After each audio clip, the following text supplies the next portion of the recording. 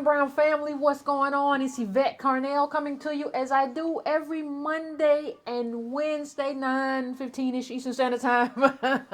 Anyway, I am going to do as I always do and go over here and get the chat set up and get everybody and make sure everybody is filing in. Happy New Year, Breaking Brown family. Happy New Year. I hope all of you are having a wonderful New Year. I hope you enjoyed a wonderful New Year's dinner. Oh God, let me see. Hold on a second. I think we got some problems. Hold on one second. Brown family, what is going on? It is New Year's. Seemed like we had a little issue right there, but Happy New Year's, Breaking Brown family. Happy New Year's to you. I hope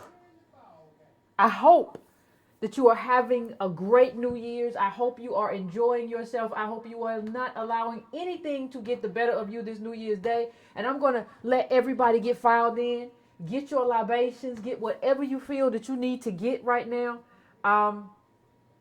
and just get situated while I get situated right here. Okay? How we all doing? I'm trying to get my seat right. How's everybody doing? Everybody doing all right? Now, listen, as always, get your libation.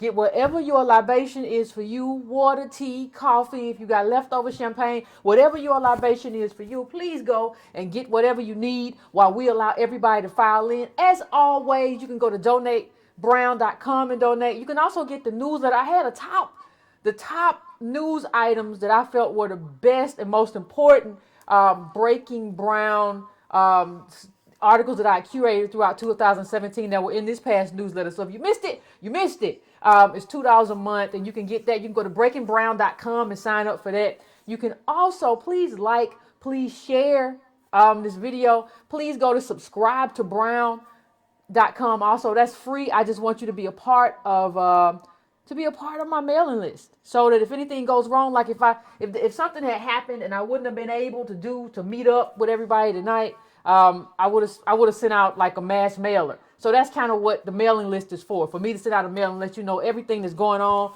Breaking Brown family, and everything that's happening. So that's kind of what that's for.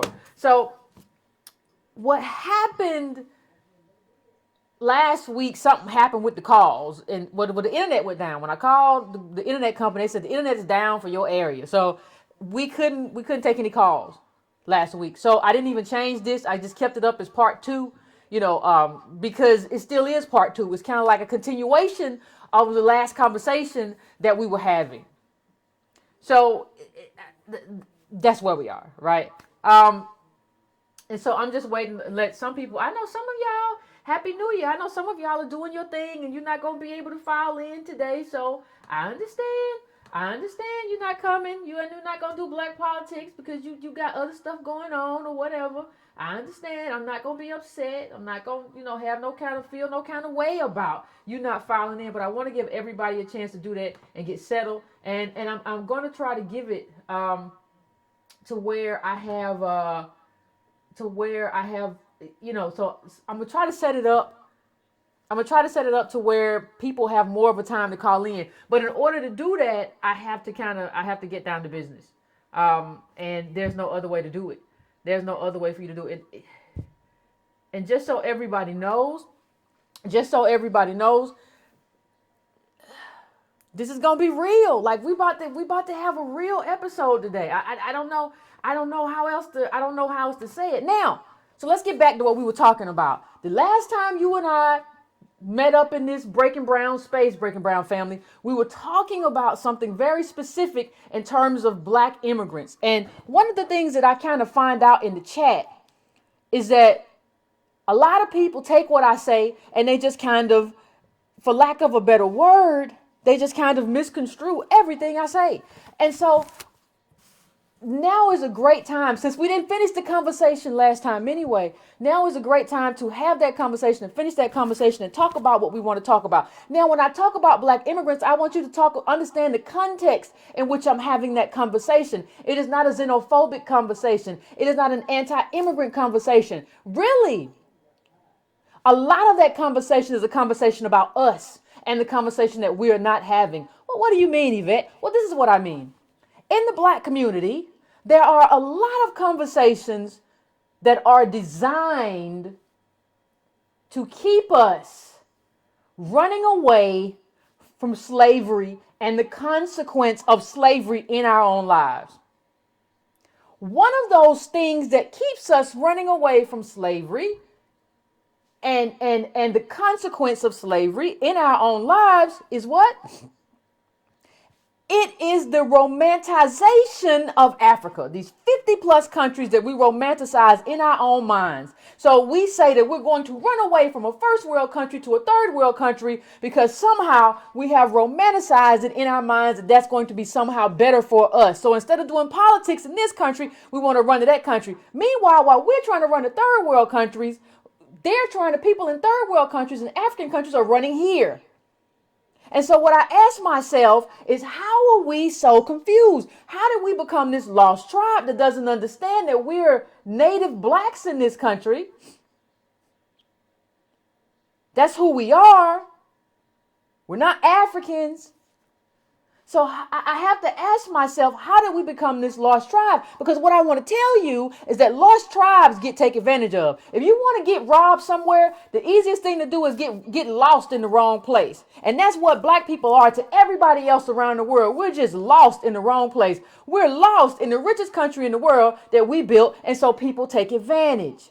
So this is just kind of one of those ways that I find that people run away from slavery.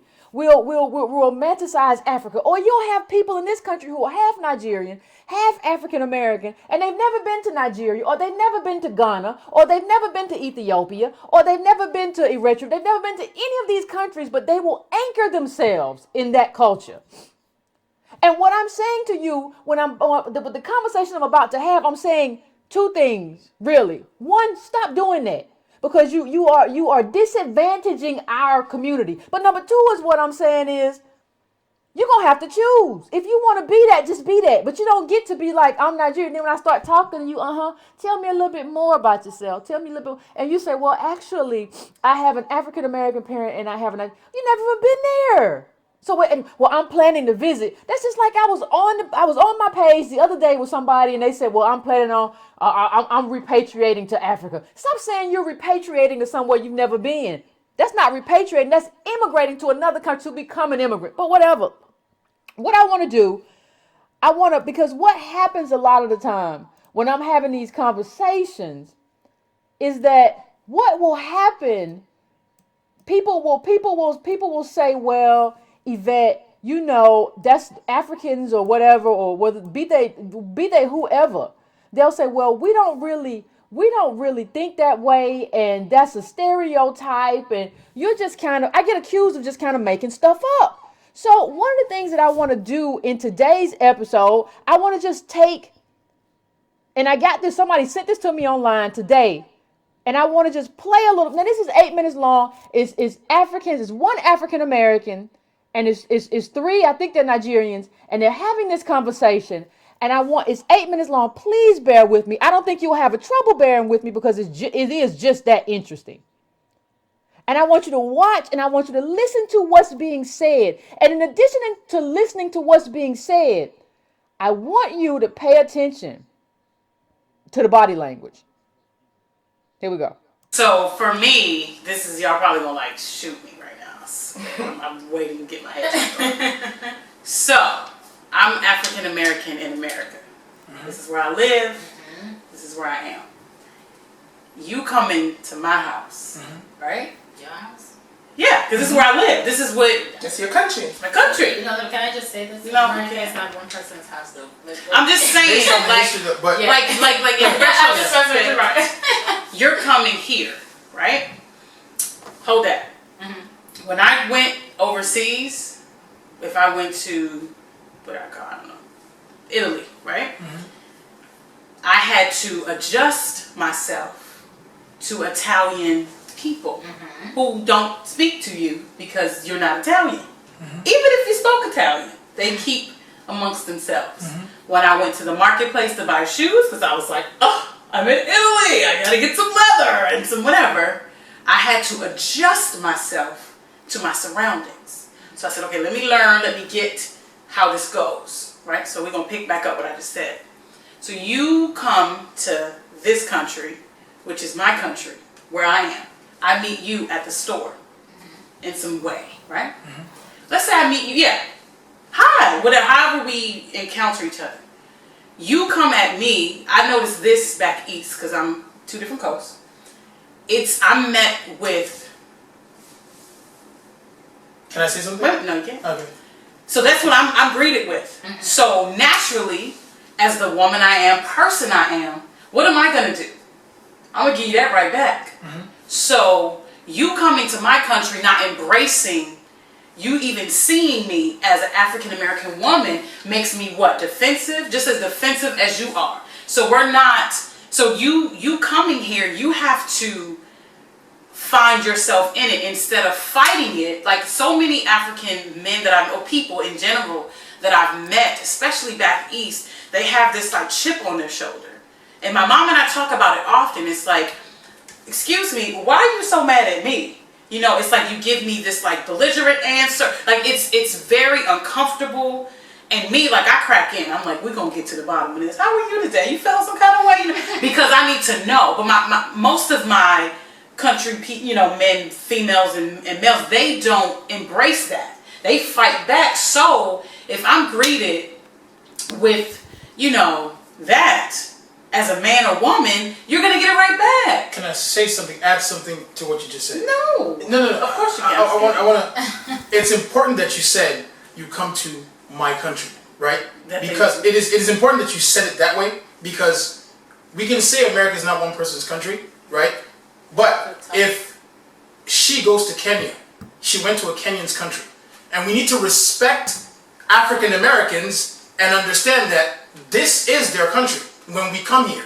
Because if they go to Nigeria, they're in a Nigerian's country. Exactly. If they go to Italy, they're in an Italian person's country. Yeah. So if we come to America, unless we want to say, which is part of what I'm saying, we don't want to respect them enough to understand the value of what she just said, that this is my country.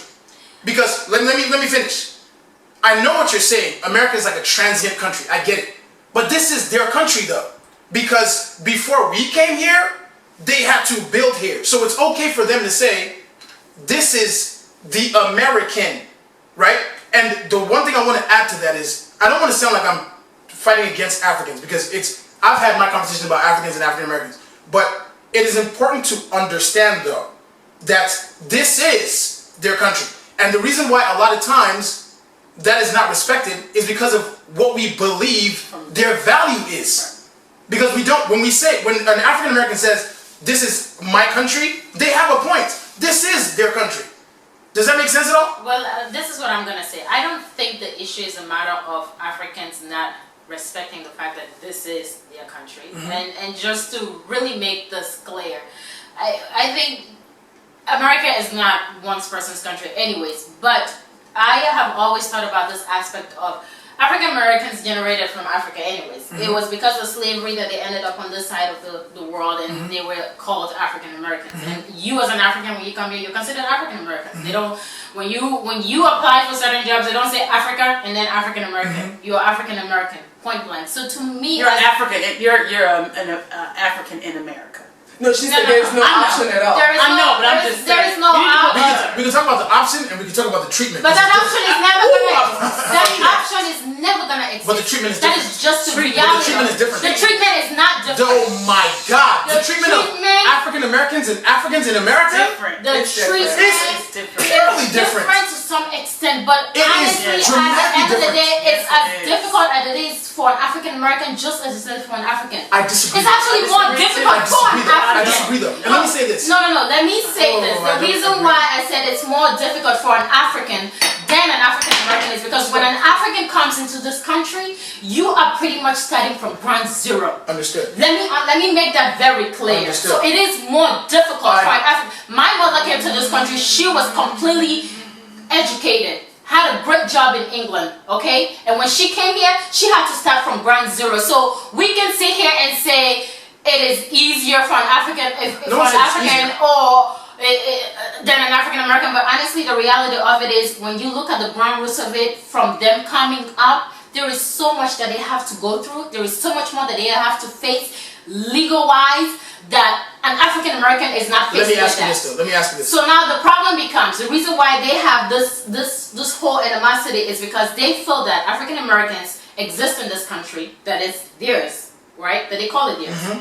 And majority of them choose not to do any better with their lives. They choose not to? They or choose. How many times, let me ask you this. They choose based on what you just said. Not to do much with their life. Based on what you said. said. And we can go back to the aspect of a bunch of African kids being in Africa that don't have food and water to drink and anything of that, and you ask them a simple question, what do you want to do with your life? They'll tell you some kind of profession that they want to be. And when you ask an African American child here what you want to be, it's something extremely different. Let me ask you this. That ideology in their mind creates this animosity. Let me ask you this. You just having a community that identifies you already gives you 80% of an advantage. Good God. Right? Say that again. I need you to understand. Like, I say it all the time. Listen, you need to listen. Let me just finish. Africans in your household, right? You are raised to compete against your father. I want you to be better than me. So I will educate you more than I was educated. How often, let me ask you this. I didn't say it's easier for Africans, right? I never said it's easier. But I said the treatment of African Americans in America is 100,000% different from the African, and it works more in the African's favor. Let me just say this. How many times was your culture interfered with in Africa before you came here? What? How often, how much did they interfere with your life and your confidence and your self-esteem before you came to the United States of America? Who? Your country. Anybody. Yeah. Your country. Because in the United States of America, the African American story is constant racism. Okay. You're ignoring colonialism. No. But colonialism still leaves you with your family, though. It doesn't. You still get your family. You still get your family. I'm not saying that you still have grandma, grandpa, dad. Dad ain't going to jail. There isn't. Breaking Brown family, let's play a little game of which one of these people is the ally in that group. I didn't see but one who was the man, but let's take this disrespect. Let's take this disrespect point by point, and let's understand that she said all this, and the other woman was agreeing, but she just didn't want to, who was behind the African American woman, she said it, she was agreeing, but she just didn't want to say it. Understand that they said this knowing that it was going on YouTube. Can you imagine what they're saying behind our backs? You are the Rush Limbaugh in blackface, darling. I don't care if your lipstick is purple, dear. You are Rush Limbaugh in blackface. Why in the world should I want you here? But let's just go back a little bit and let's review what she said, and let's just go through the disrespectful points one by one. She said, and I write it down, she said, they call it their country. So wait a minute. You would never say that a white American calls it their country, but it's not their country. You would never say that, dear. You know why?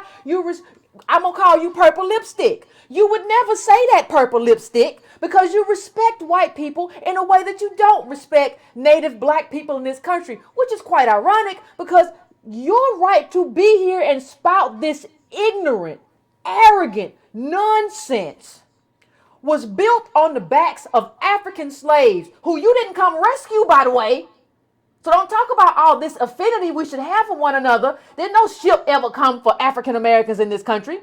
But what we have to understand is that you are looking at me, and this is why I said look at the body language, because you could see the utter disrespect and disregard that she had and has for African Americans. And I think you could see it with the other lady as well. But it was just much more pronounced with purple lipstick. The total disregard for any value. I call it my country. You can say, and she said, America's not any one person's country. No, it's not any one person's country. It is the country of Americans. That's a group of people who are citizens here. And that's us. And that's us. It's not you. In terms of you don't have a lineage here. I don't care if whether you're a citizen, you don't have a lineage here like we have. We have a claim that you do not have. And that claim is built on a specific contribution that paved the way for you to be here. And instead of saying, I am grateful and I will do whatever I can to help African Americans, you're sitting there calling us lazy and saying what we don't know and what we don't do and what we choose, which shows me that you don't even understand what it means to be black in America. You don't even understand race in America. You loud and wrong. But see, the reason that these people get to be loud and wrong all the time is because we let them. These people... Let me criticize the African American woman in that group. Why? It is your country, but you said it's your country because you live here. This is not the country of African Americans because we live here. This is our country because we built it with free labor. I mean, read The Half Has Never Been Told about cotton and what black people were as a commodity in this country, how we built this country. Purple Lipstick never read that book. She don't care. She has her view of who we are as African Americans. The truth be damned. And I have my idea of who she is as an enemy to every cause I have ever championed in my life. And I understand if we don't get that at first, because I didn't get it at first. In my 20s, I told y'all many times, I didn't get it. I thought we were all the same. But you get here and you start listening to people like that. And she says, it's not your house. And even the black guy who I consider an ally, he said it's a transient place. You're wrong too. Because it's not a transient place. What it is, you know what it is? It's the richest country in the world, and we made a way for you to be here. But it's the richest country in the world, and the richest country in the world has a lot of really rich capitalists who like expendable labor. And that's why they bring you here. You're a replacement for us, and you're expendable. They say, let's bring in third world people because they won't cause any trouble. It's not a transient country. It's my country. I'm just as American as any white woman, any white man or whatever. But see, you'll treat me with disrespect and tell me who I am. Ain't read not one book on African American history and our contribution. And the reason we allow this to happen, we have a responsibility. That woman and that African American woman in that clip was so deferential to these people. She was so deferential to these people who were basically kind of, and well, and I don't know. You don't get the and well. I will walk away and leave you standing right there. Or I will tell you, you don't know enough about race. You ain't been here long enough. And I will walk you there. I will leave you standing in mid-sentence. Or I will embarrass you. Or I'll cuss you straight out. I don't care. I don't have to be deferential. Well, it's like we walk around talking to people like we just kicking a can down the street. Well, I understand what you're saying, but you don't understand. And see, what has to happen? And I said this last episode, but I'm going to say it again. One of the things that I have realized is that these kinds of debates are happening in barbershops. They're happening in beauty salons. They're happening in grocery stores. They're happening in universities. And what I need you to do is win. Part of the reason we don't win because we have people who when they argue the point, they don't have the data. And so somebody who doesn't have any data, like this woman was saying stuff that is there was no data to support anything that she was saying. I want you to just look at this. Black immigration is remaking the U.S. population. This is just not a few people here and there, ladies and gentlemen. This is a remake of our population. This is a huge deal. But let me just show you. I want to add to you, and I want to express exactly why this is a huge deal. Let me put this up a little bit big for you. And it says, and this is a person who wrote the author of the book, Diversity Explosion. It's estimated that black immigrants made up about 10% of all blacks, and differed from U.S.-born blacks in important socioeconomic respects. Now, what could that be? Important socioeconomic respects. What could that be? Well, that was also reflected in a Pew report, which said black immigrants tend to be older, more likely to have higher education and a higher income, and less likely to live in poverty. Now, my descendant of slaves. Can I? Let me just say something. What this shows, honestly, and I'm not even trying to be mean. It's just the truth. What this shows is that the woman who, the purple lipstick was just ignorant. Just loud and ignorant. But what you can tell is that nobody ever said to her, nobody ever looked at her face and said, you're ignorant. I ain't got to talk to no ignorant. You ain't been here long enough to know what you're talking about, and I ain't got to have this conversation. There's nothing forcing me to stay here and deal with your ignorance, purple lipstick. I don't have to do that. So what I'm just going to do is I'm just going to keep on moving. And part of the reason that doesn't happen in our community, part of the reason that never happens for us is that we romanticize these people because what they get to do. Because we have, how do I put it? As African Americans, we have 400 years. See, these people are coming from places where they were the majority. Better educated. My mama worked in London and she came here. Nobody ever worked in London. We were maids and all kinds of stuff. But what happens is that because the boot of America has been on our neck for 400 years, because of that, we don't know that these people be lying when they come here. Well, what do you mean, Yvette? Okay. A few years ago, probably like 6-7 years ago, I had a friend or associate who I knew from college who was Nigerian. And the friend told me basically, oh, Yvette, I'm so disappointed. And I said, well, why are you disappointed, friend? What happened? And my friend said, well, I went to Nigeria. I landed at the airport. We're talking about Lagos and all that. And he said, Yvette, you wouldn't believe it. I said, what do you mean? He said, there was poop on the floor. Now understand, at the airport. Now understand, I live in Georgia. If I fly out of Hartsfield, I fly out of Hartsfield, right? It ain't no poop on the floor. He said it was just a disaster. See, you are putting on a pedestal somebody who, when they fly in, they got poop on the floor.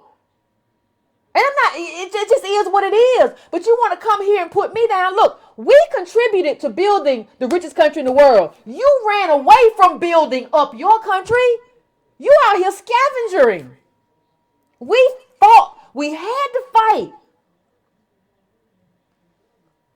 And look at what y'all did. So instead of seeing this person as something, the guy may be an ally, she's not, but instead of seeing these people and judging them one by one in terms of who is an ally and who's not, we just romanticize these people. We do. How many of y'all going around wearing dashikis, putting your hair like, oh, I'm going to put my hair like Mother Africa and all that.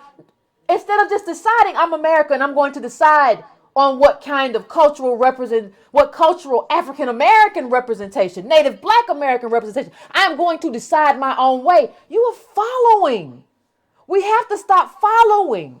Following makes us a lost tribe, and lost people get robbed at the ATM. That's what happens. That's it. And so let me just show you from that same Washington Post article that I just put up. I want you to just take a moment, and I want you to just take a look at this. It says, in terms of socioeconomic profiles, foreign-born blacks have a median age of 42, compared with 29 for U.S.-born blacks. 26% have a college education, compared with 19% of native-born blacks. And black immigrants are less likely to live in poverty, 20% versus 28%. And before I continue reading, you know why? Because they didn't come from chattel slavery. That's why they're less likely to live in poverty. They got educated. This woman said, my mother was in London doing all kinds of stuff. They ain't you. They ain't me. They ain't us. They don't come from sharecroppers and slaves. Stop looking at them and saying, well, they brown just like me. We just like, no, you're not. And you're not Rush Limbaugh either. I don't understand how you can go and love her and then say Donald Trump is awful. She believes the same stuff Donald Trump believes. Give me a break. And then come on, it says about 48% of black immigrants who are 18 or older are also married, compared with 28% of blacks born here, a finding that is likely related to the higher median age of immigrants. Please understand something, black people. I'm just gonna please understand. If I can't, I understand I can't do but please understand what this means for us. Please understand what this means for us.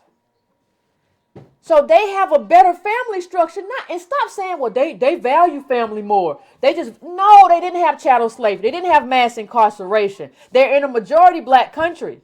They didn't have that stuff you're talking about.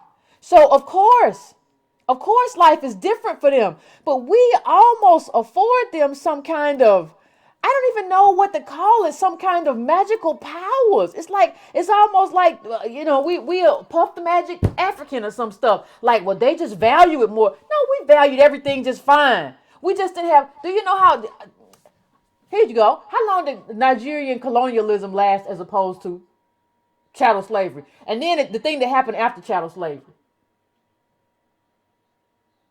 Make sure, how long? And then we had Jim Crow. And then we had a Reconstruction. Then we had mobs of the KKK. And then every time we got money, mobs came and took it. We have people who were starting businesses. There's a story about how these brothers, just one story that illuminates everything. 5 African-American brothers who had started businesses in like the early 1900s were all murdered. But think about how that wealth would have mattered if it had been able to pass down. And so think about those black brothers who were murdered, and this purple lipstick wearing child coming here telling you that you don't have it because you just don't work hard enough. Think about how disrespectful that is. You need to react to her the same way you react when a white person says something stupid like that. Why you give her a pass? Why do you give her a pass? And understand something. When I talk about this, I often talk about this. People are like, well, you're being xenophobic. How does this necessarily affect us, Yvette? And I say this is the one thing that I say. I say, listen, it affects us because these people are skewing our data. They are skewing our data. If you were to take black immigrants out, it would be apparent to everybody that black people are on the bottom and have been on the bottom for generations. But we look like we're making some progress because they're here. And the thing is, I showed this chart before, but let me show this chart. This is the Sandy Darity chart. And it is, comparison of white and non-white households and median net worth. And it's one of the only charts that really, really, really, really, really separates black immigrants from native-born blacks. And you're looking at household percentage of, median net worth. And you see white at the top. You see U.S. black at 4,000. You see African black at 72,000. So what does this mean again? This means that part of what it means is that the woman who said what she said, also make it clear that the woman who said what she said was just wrong. She don't know what she's talking about. She says we're doing worse, and you're just ignorant, and you're just loud and ignorant. If you're going to be that ignorant, you just shouldn't draw attention to yourself. Like, why talk when you don't know what you're talking about? You have no idea what you're talking about. The data bears this out. You've been here for a shorter period of time than us, and you have much more than us because of a very specific reason. It's not because we choose, like you said, Sean Hannity, because that's who you are. You may as well be Sean Hannity. That's who you are with your racist self. You don't like African Americans, and we can see straight through it. I'm sorry. We need to start calling these people. You don't like African Americans, you're not an ally. You don't read enough and think enough and have enough African Americans in your circle who are willing to be bold and tell you that you're stupid. Then what do you want me to do? Right? So we have to be willing to tell these people, yeah, you real ignorant. And I don't really, I don't even know if I want to sit and have this conversation with you, but because you don't know enough to be having this conversation. And you're really a problem, not only in terms of how immigrants depress wages in black communities, which are largely non-skilled communities in terms of what we do and going to work and the jobs that we have. But you come here and you play into this belief that racists and conservatives have, that our problems are all our own problems. And if you're going to say that to me on YouTube, I can't even imagine what you say when you get around white people. Yeah, you're right. They just don't try hard enough. They just, they could work harder. And that's why they don't like us, because we work hard and they don't work hard. That's why they don't like us. And you wonder why you do better. Yeah, they hire you because you're just a puppet. And when I was floored, honestly, when I received that video, because I couldn't understand how nobody had checked her. It just blew my mind. Like, how do you get to say this? And look, and let me just put this article up from QZ. Let me just look at this headline.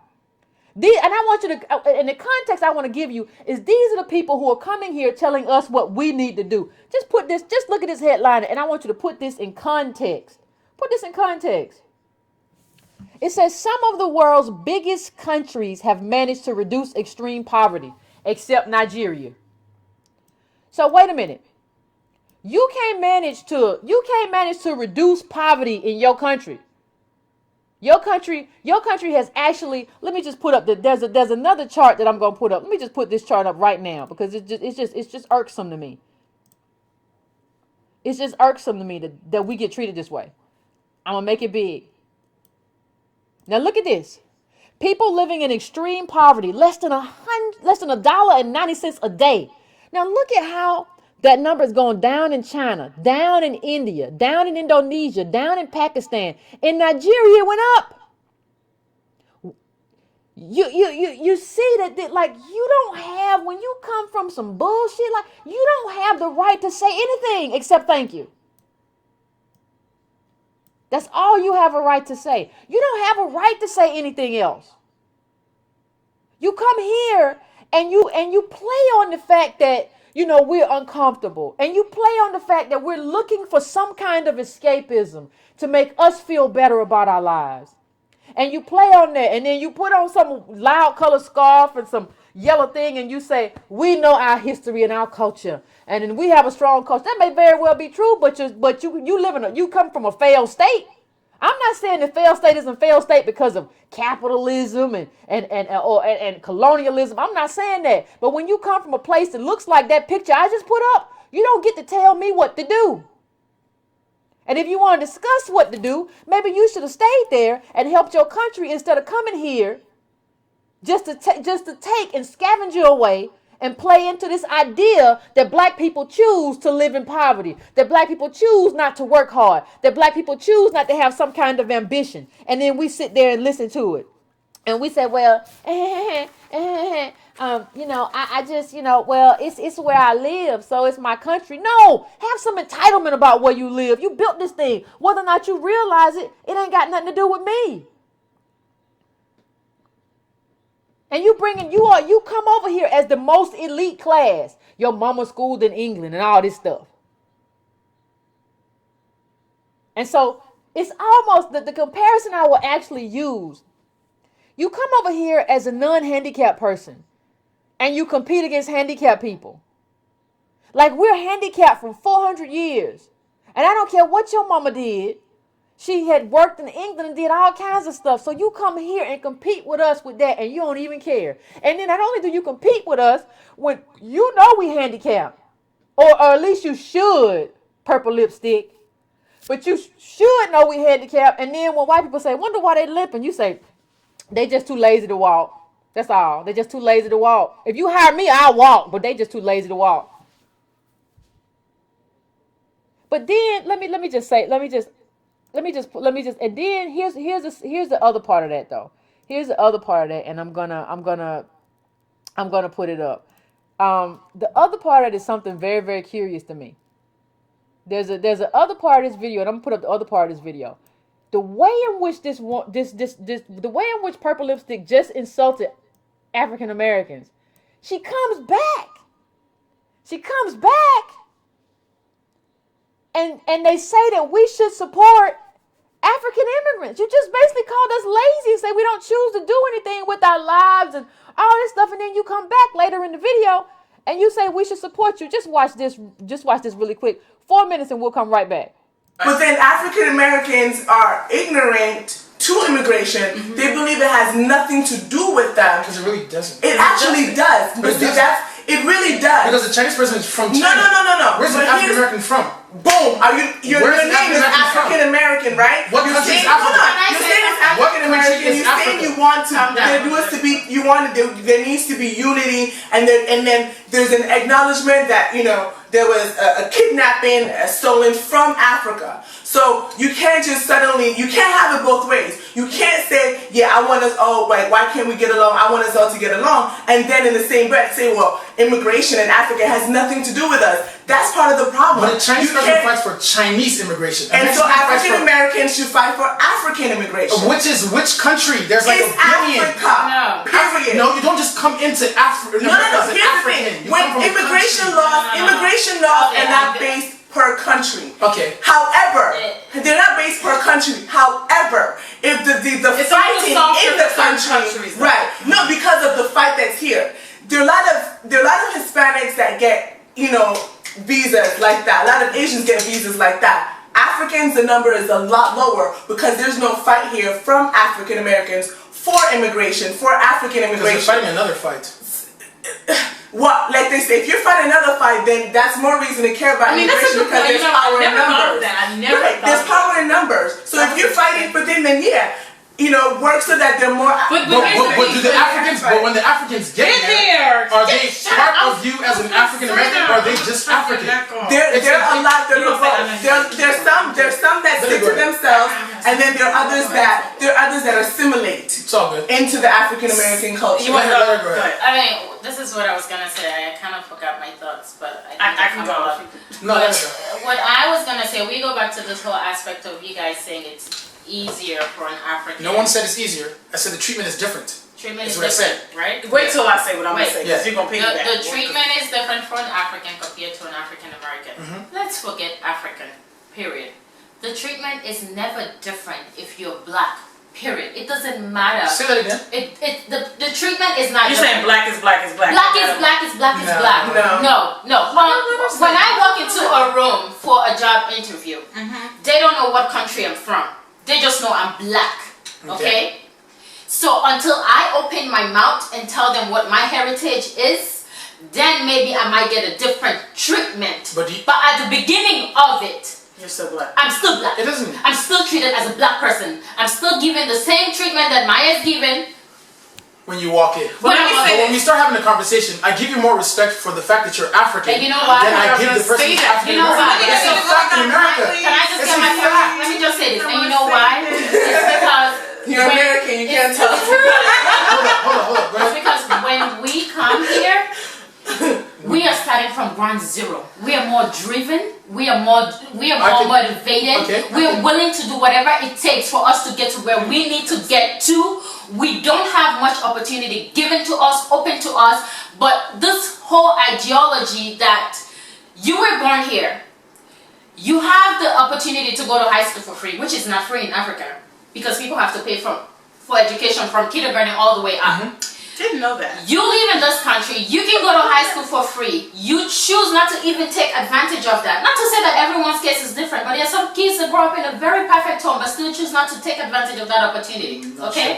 We can go back and forth on that issue. Not every black child comes from a broken home. Of course not. That's But not I the reality doubt of that every a black kid from family. a solid home does not go to high school. I doubt that's a fact. Well, let me just say this. So Africans look at this whole opportunity of doors open to African Americans, and they just feel like they don't take advantage of it for them to do better with their community.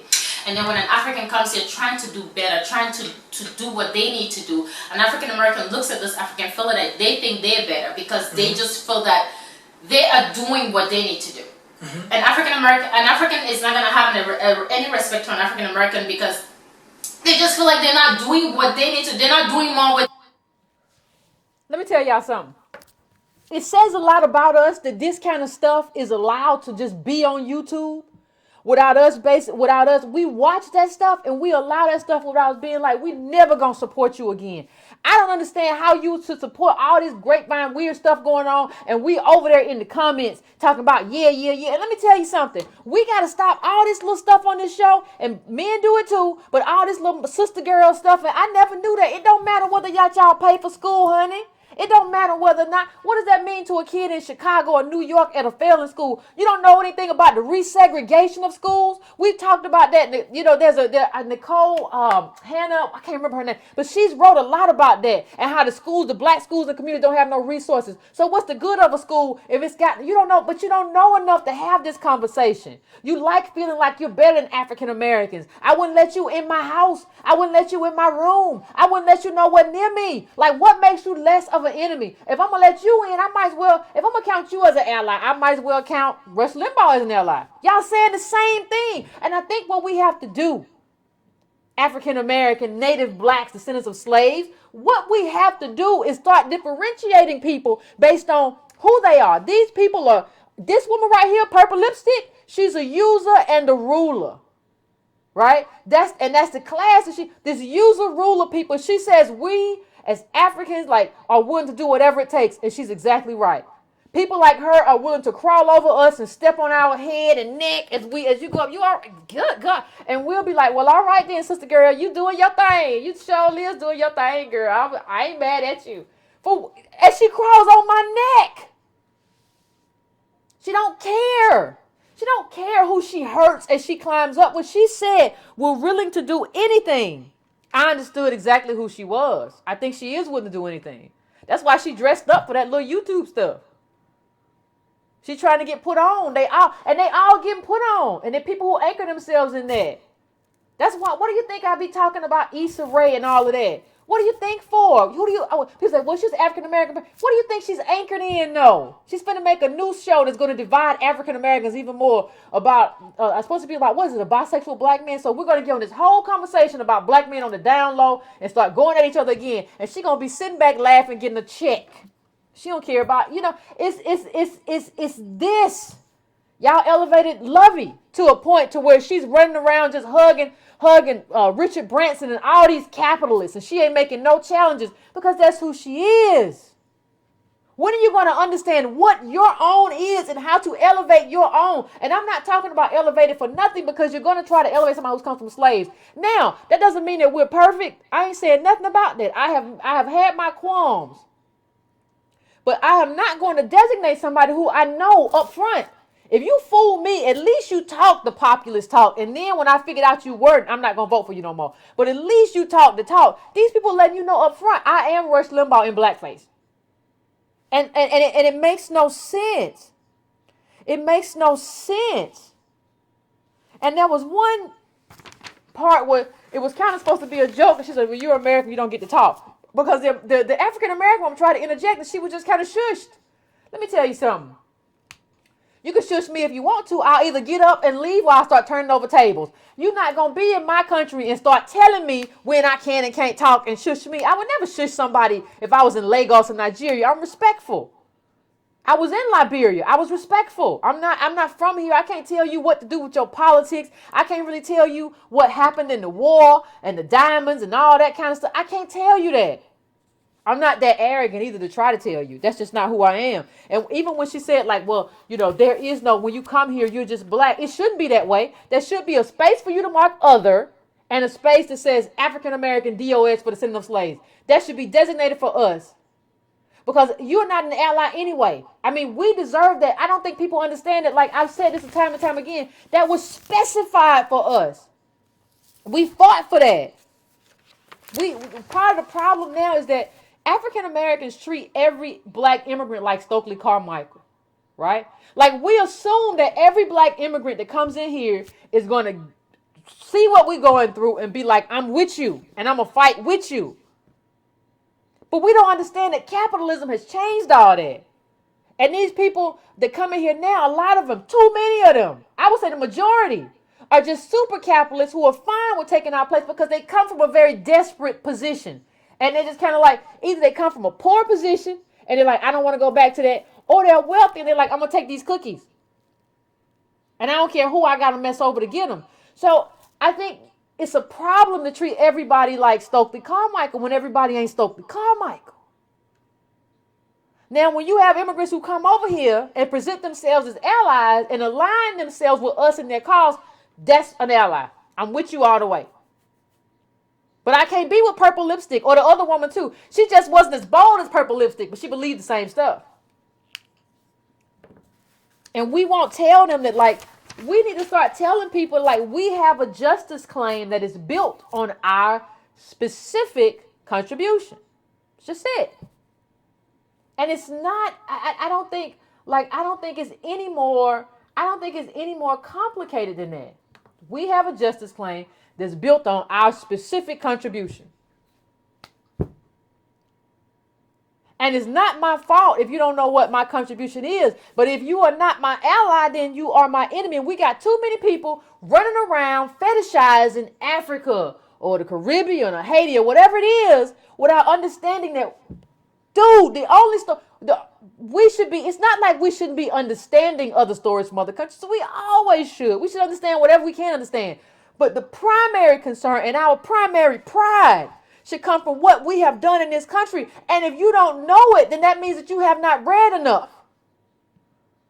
There is no reason for us not to be reading and talking about and verse. See, the reason that the reason they get us every time is because they're more versed in their history than we are in ours. So they'll say something about what happened in their country and how they fought colonialism. And we'll just be like, oh, man, we should have been like them.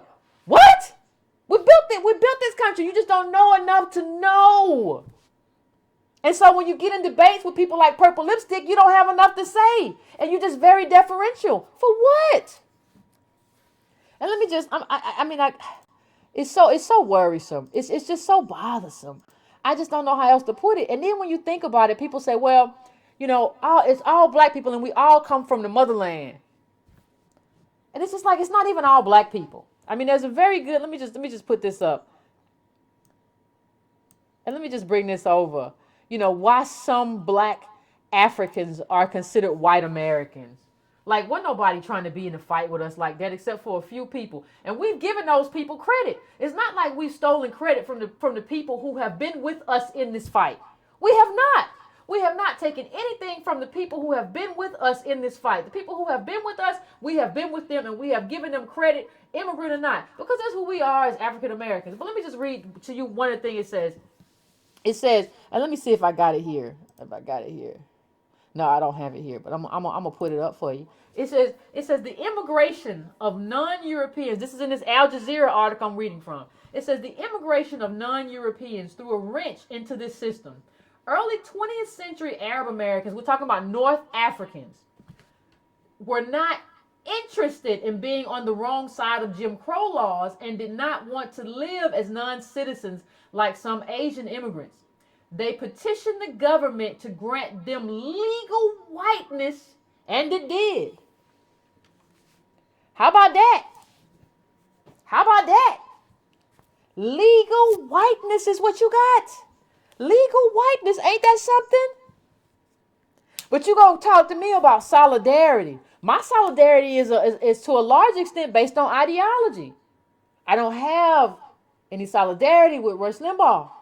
And that's who you are, Purple Lipstick. You're Rush Limbaugh in blackface. We don't have solidarity. Me and the gentleman in that clip can talk about solidarity. He's at least trying to understand, and he articulates some of what he has talked to. I don't have no solidarity with Purple Lipstick. And I don't have no solidarity with what's happening in terms of how the immigrant population is basically skewing skewing what it means to be as an African American. And she said something else, and we put this up last week, but I'll put it up again just to show you, right? Let me just put this up again about the two studies.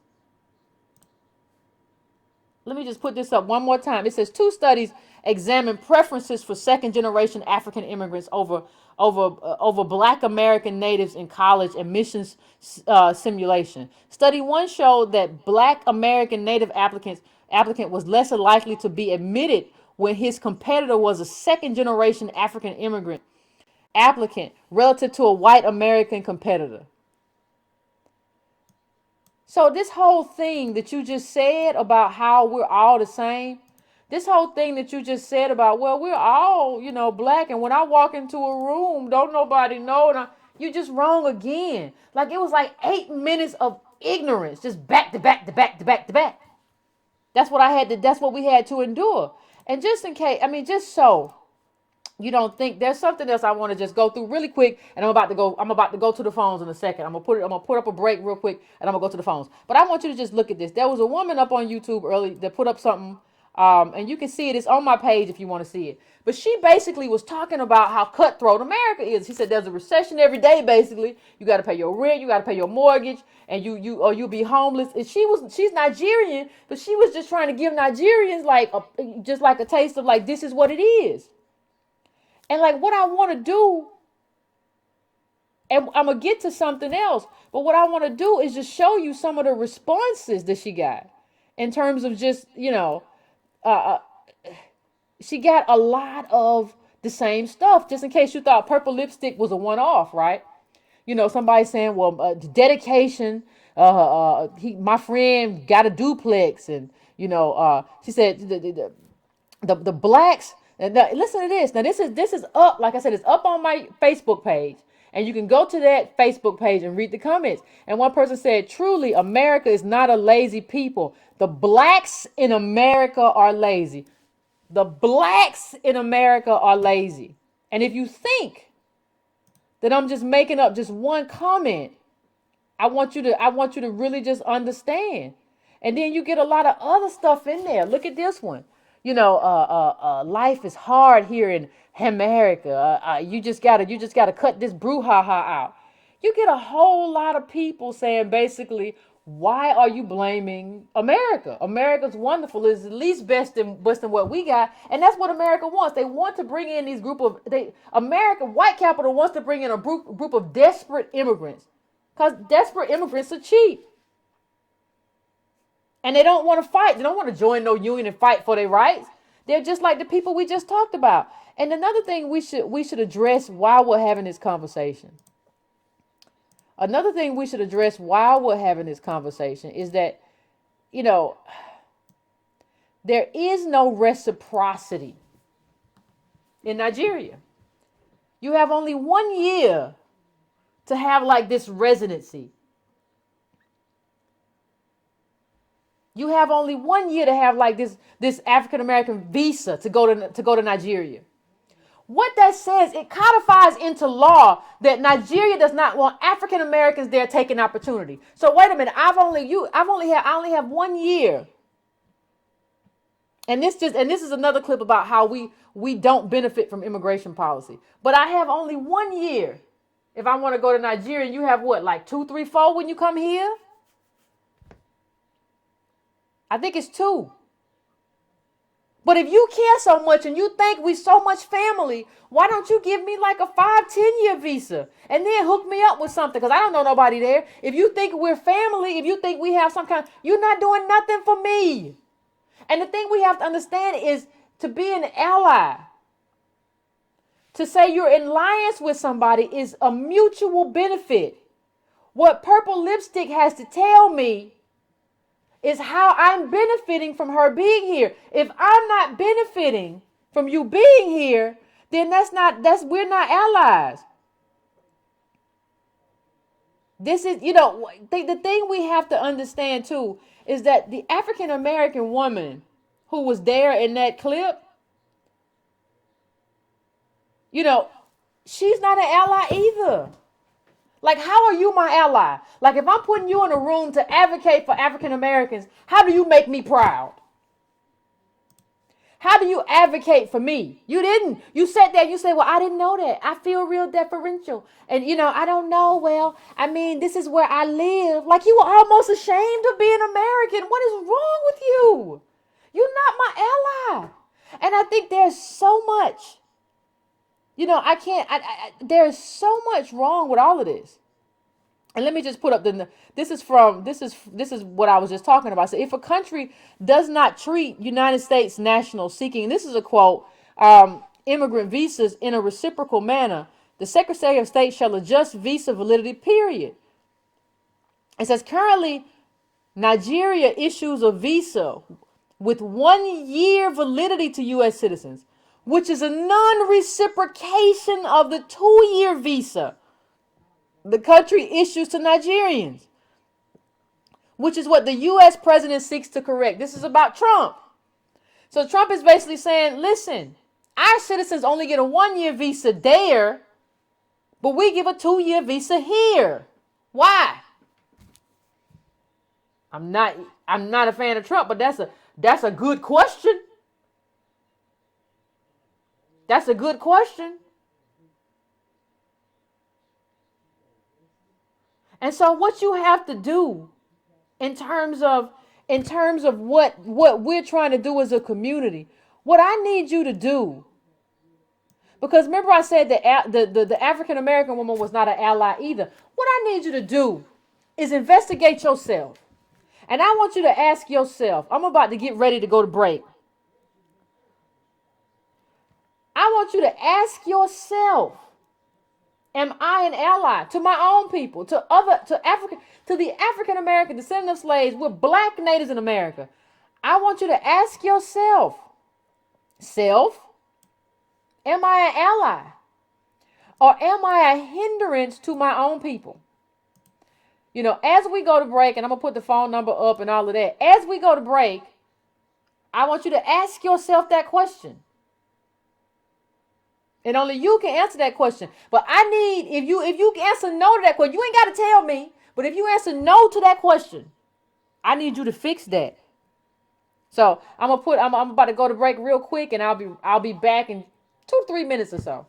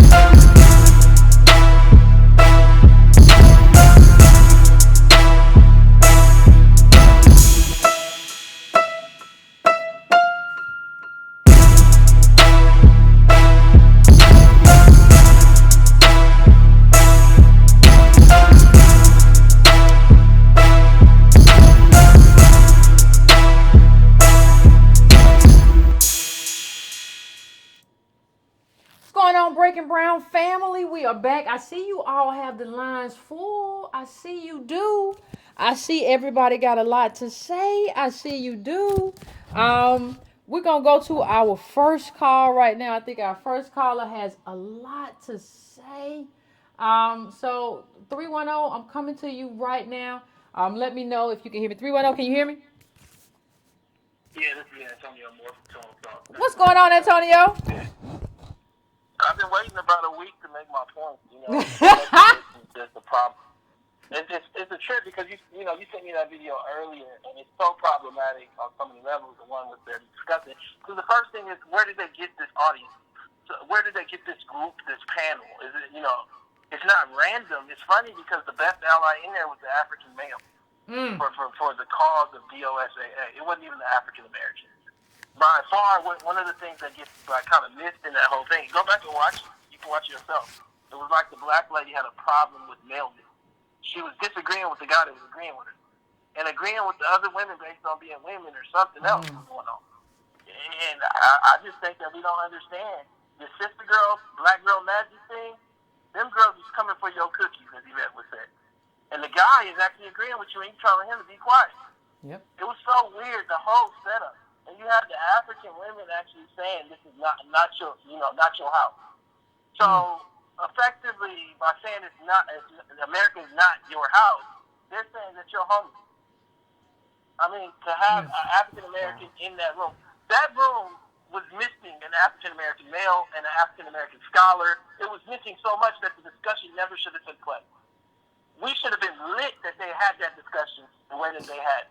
Because that woman that was in there was not informed enough to make the arguments we needed made on a public platform. Yeah. That's the purpose of Breaking Brown. That argument that she made was empty. You in Italy ain't never been to Africa, and you talking about Africa. What are you talking about? And I feel like when I look at it, in so many ways, when you look at Stokely Carmichael, when you look at Belafonte, these are people that came in and fought the struggle. Yeah. Post-'80s, what we see is the super capitalist immigrant. And that person is here to actually undermine the struggle in many ways. Yep. And they might not even consciously know it. Yep. And fundamentally, and the tricky part is, like, they don't even understand that this is not a question. This is factual. I don't have time no more. Like, we got people that are talking from one parent or something like that. Like, my one parent didn't have nothing when they came, but they came from England with a nursing degree. I don't know what you're talking about. Shut them down. Yep. And so, like, long story short, when I look at, I can only talk personally. My parents had me at 16. Neither one of my parents knew their grandparents, knew their father all that well. This is a legacy of slavery in my family line. And I'm coming. Like, y'all don't understand. This is the beginning. This Breaking Brown Tone Talk thing right now, y'all just seeing the beginning. But we coming and we shutting everybody down. Everybody getting shut down. There's a new payment to be inside of this group. And that payment is respect for the legacy of African Americans in this country, of a respect that has not been paid for 20 years. Absolutely. There's no reason that Obama should not have delivered after riding our backs to the presidency. He didn't have the qualifications to be president. His only qualification for being president was that he could sound a little bit like Dr. King. Junior Senator. I don't want to hear, well, Trump still had less, I'm talking about that man that wrote my history to the presidency. And when we see this thing, what we don't understand is there's a multi-generational cost of blackness in America. I just covered this in my new piece about New Year's. All of our families, at least in my experience, my dating experience, everybody got one off from having extreme failure in their life. They sister, they mama sometimes, drugs, Section 8. Come on, people that are at UCLA and USC. That's not normal. Yeah. That's not what Africans is dealing with. I showed you that the Cameroonians, the ones that they were celebrating, everybody a nurse, engineer, or doctor. Come on, man. And I feel like what's starting to happen is we're carrying the social failure, and we're not understanding that other people are using us as stepping stones for a success that they haven't achieved here. I want to see the data on the enslaved, the descendants of slaves of African Americans that are in prison. I believe we're like 90% of the prisoners and like 20% of the people going to ICE. Now you tell me how that happens. And the lady said in the video, oh, we can't create another slot. Oh, we can create another slot. Yep. Yeah, we can create another slot, and that slot will be for you to compete. That slot will be other, and then you list your country with this country. African American as a term wasn't even in existence before the 80s. Jesse Jackson dropped that into the whole atmosphere, and I think it created a lot of confusion. It did. It was created It for absolutely the did. progeny of American slavery. Don't tell me anything that you don't know that. You don't know enough to talk to me. I want to know your education. I mean, is it UCLA? Is it Stanford? Is it Harvard? Because if it ain't, you can't talk to me unless you read something. Because what you were talking about was wrong. You had in the second video you showed, the lady said, what she said? She said, immigration isn't by country. It ain't by goddamn continent. It's by country. Yep. It's just like, why are we watching? Would you watch a video about some 10-year-olds teaching you how to use butcher knives to cut chicken? No, because they don't know nothing about cutting chicken. Y'all just watched a video about immigration from people who don't know shit about immigration. Dang. And it's just weird because then y'all share this shit around like this shit is accurate. It's by country. And understand, we're not, the reason why the term is so flawed, African American, is because it's continent country. And the reason why it's continent country is because it's really just something created for us to feel like we had something. Jesse Jackson made it for the progeny of the lost slaves, and we used it, but now the Africans are using it as a doorway into the entire justice plan that we have on this country. That's not what it was meant for. It's not a doorway. It is not a doorway. I'm almost finished, but what I also wanted to say is you got a whole group of native-born Africans that are second generation that are skewing the data. You know, it's funny, even in Solidarity studies, notice it says native-born African, and then it says black immigrant. Well, there's a second generation here that also is boosting up the numbers. I just want to see the DOSAA. I want to see the percentage of slavery from African American slaves. Because I believe that group is utterly failing. Yeah. I believe it with all my heart that group is utterly in social collapse. And I come from that group on both sides of my family. You got another group of people who are half Haitian or half Nigerian that are also half African American that live here their whole life and tell us that they're that other thing. I mean, just think about that. You lived in Detroit or in Los Angeles, but you tell me you're something and you ain't never even been there. Nope. And for those few people, when I say, well, I've been there, you went there for 2 weeks. No, you're here. And you need to fight the fight here because you damn sure eating the schools, the welfare, the Pell Grants, everything else. And we can't be the stepping stone. Fight the fight, hold up everything so everybody else can have progress while our families deal with utter destruction. Ultimately, it will leave us with nothing. And Obama is the perfect example of that. He is. We don't understand yet, Yvette. We don't understand that the UN came here in Alabama today, this week, last week, and said that y'all living in feces. Y'all living a third world life in the first world. So what you have is a group that came from the third world, a group of elites that likely were part of the oppressing class in the third world, come here, take all the first world options, and leave us with the third world existence. Woo! Dang. I ain't gonna have it. Y'all Me. can get on the Tone Talk page if y'all want to. I'm not And if gonna you have don't it. come, I'm still gonna carry you there. If you deal and say, hey, you with all right. Appreciate it, Antonio. That was Tone Talks. That's Antonio Moore. You can find him on Tone Talks. Antonio Moore. That's his YouTube. Let me just go through. Like Antonio says so much in that. Let me just go through some of what he said. Understand the mental illness, honestly, that I would call it, of being fixated with Pan-Africanism while your people live with feces in their backyard.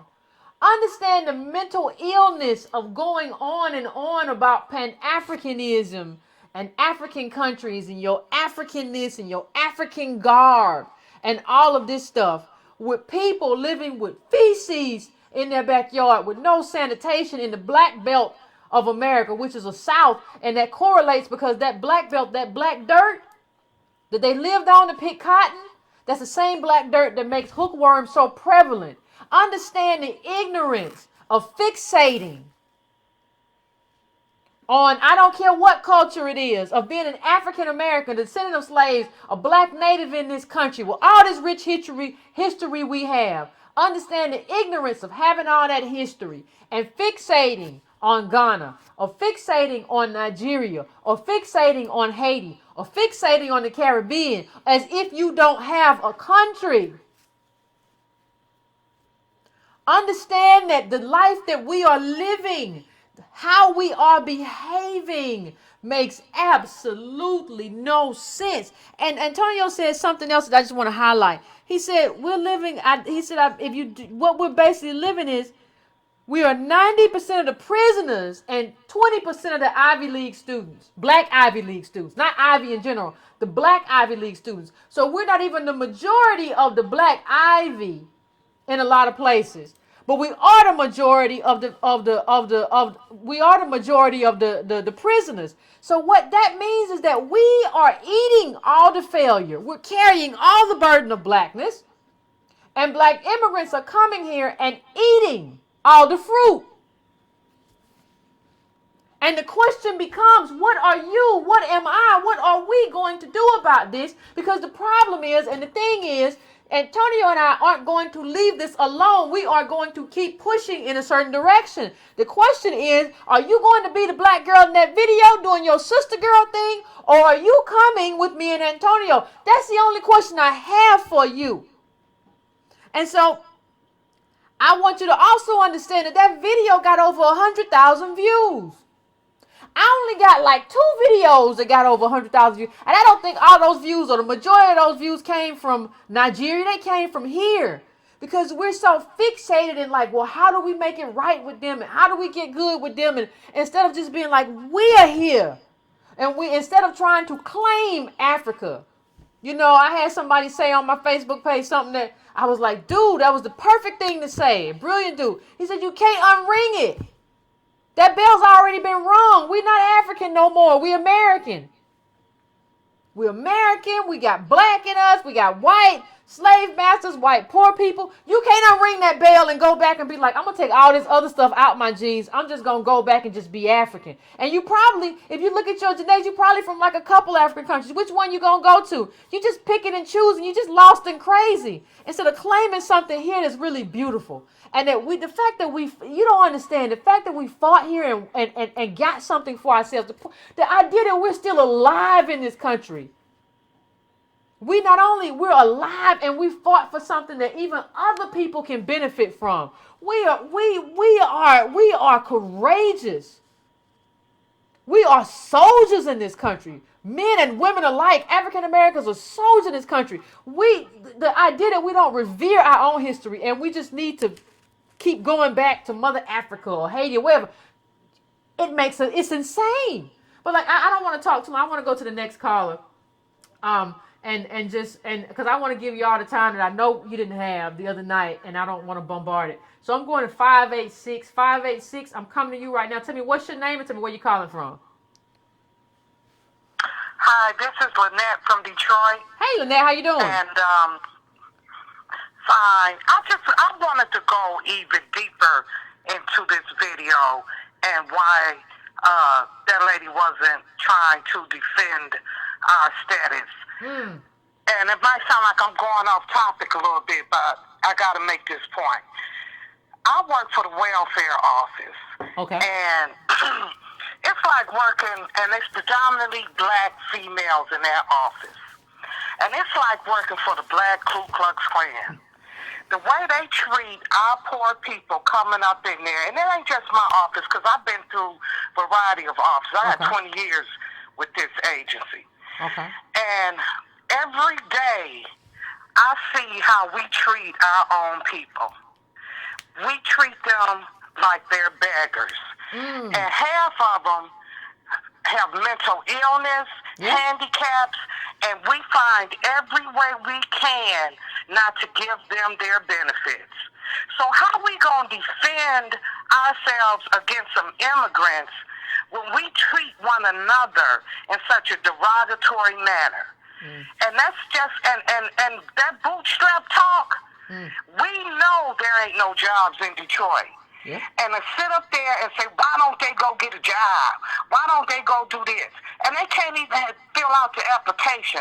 But if you read the application, the half part that you can read, they graduated. But our school system is so messed up that they can't fill out the application. That's But true. the people that's supposed to help them the most are the most critical of them. So no, we can't defend ourselves against no Africans or immigrants coming over here. We got to work on that. We got to work on helping each other. Okay. We can't, you know, and I hope one day that you'll do a show about that, because I'm frustrated with how do I talk to my people and let them know without having to go give them a whole history lesson that what you're doing is wrong. Now, it ain't everybody, but it's most people. It is too many. And the ones that don't feel that way co-sign the bull crap of the other people. So that's all I wanted to say. We got a lot of work to do. Oh, you ain't before we can defend ourselves. Holly, you ain't lying. You ain't lying. I appreciate you. I thank you for calling in. I think, no, she's right. What she's basically saying is, how can we defend ourselves against black immigrant bootstrappers when we got so many bootstrappers in our own community? And I think we got to, like, part of what has to happen is just like, there are not enough of us. Like, the Breaking Brown tribe is wonderful. And I love it for a lot of reasons. One of the reasons that we get to come here and talk about this information amongst each other. But part of the problem is that our tribe ain't big enough. But it's going to be big enough.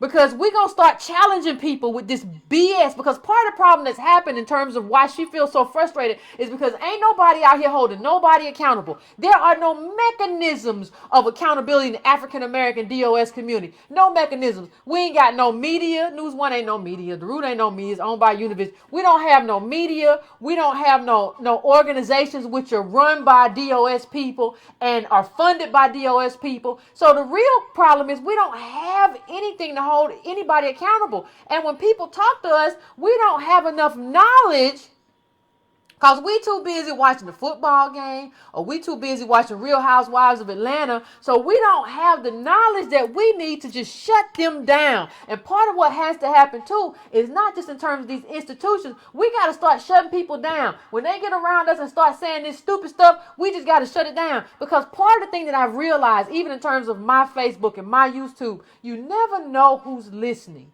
I'm not saying be a butthole. I'm not saying that. But I'm saying you got to be able to put forth these arguments whenever this stuff comes up.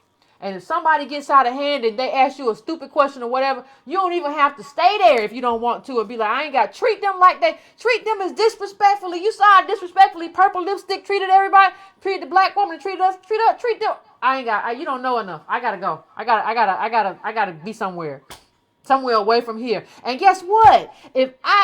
We won't see each other next time. Not if I see you first, dear. Okay? So I'm gonna go to the next call. This is area code 816. I'm coming to you. I need your name and where you're calling from. Hello? Hey, how you doing? What's your name? Where you calling from? Hi, my name is Jermaine. I'm calling from Kansas City. Hey. And I have some questions, but I want to, say a few things. The first thing is, that lady with the Miss Purple Lipstick, her routine is basically the sister girl routine. Probably she got it here in America. There's no way that type of attitude and that type of behavior flies in Africa.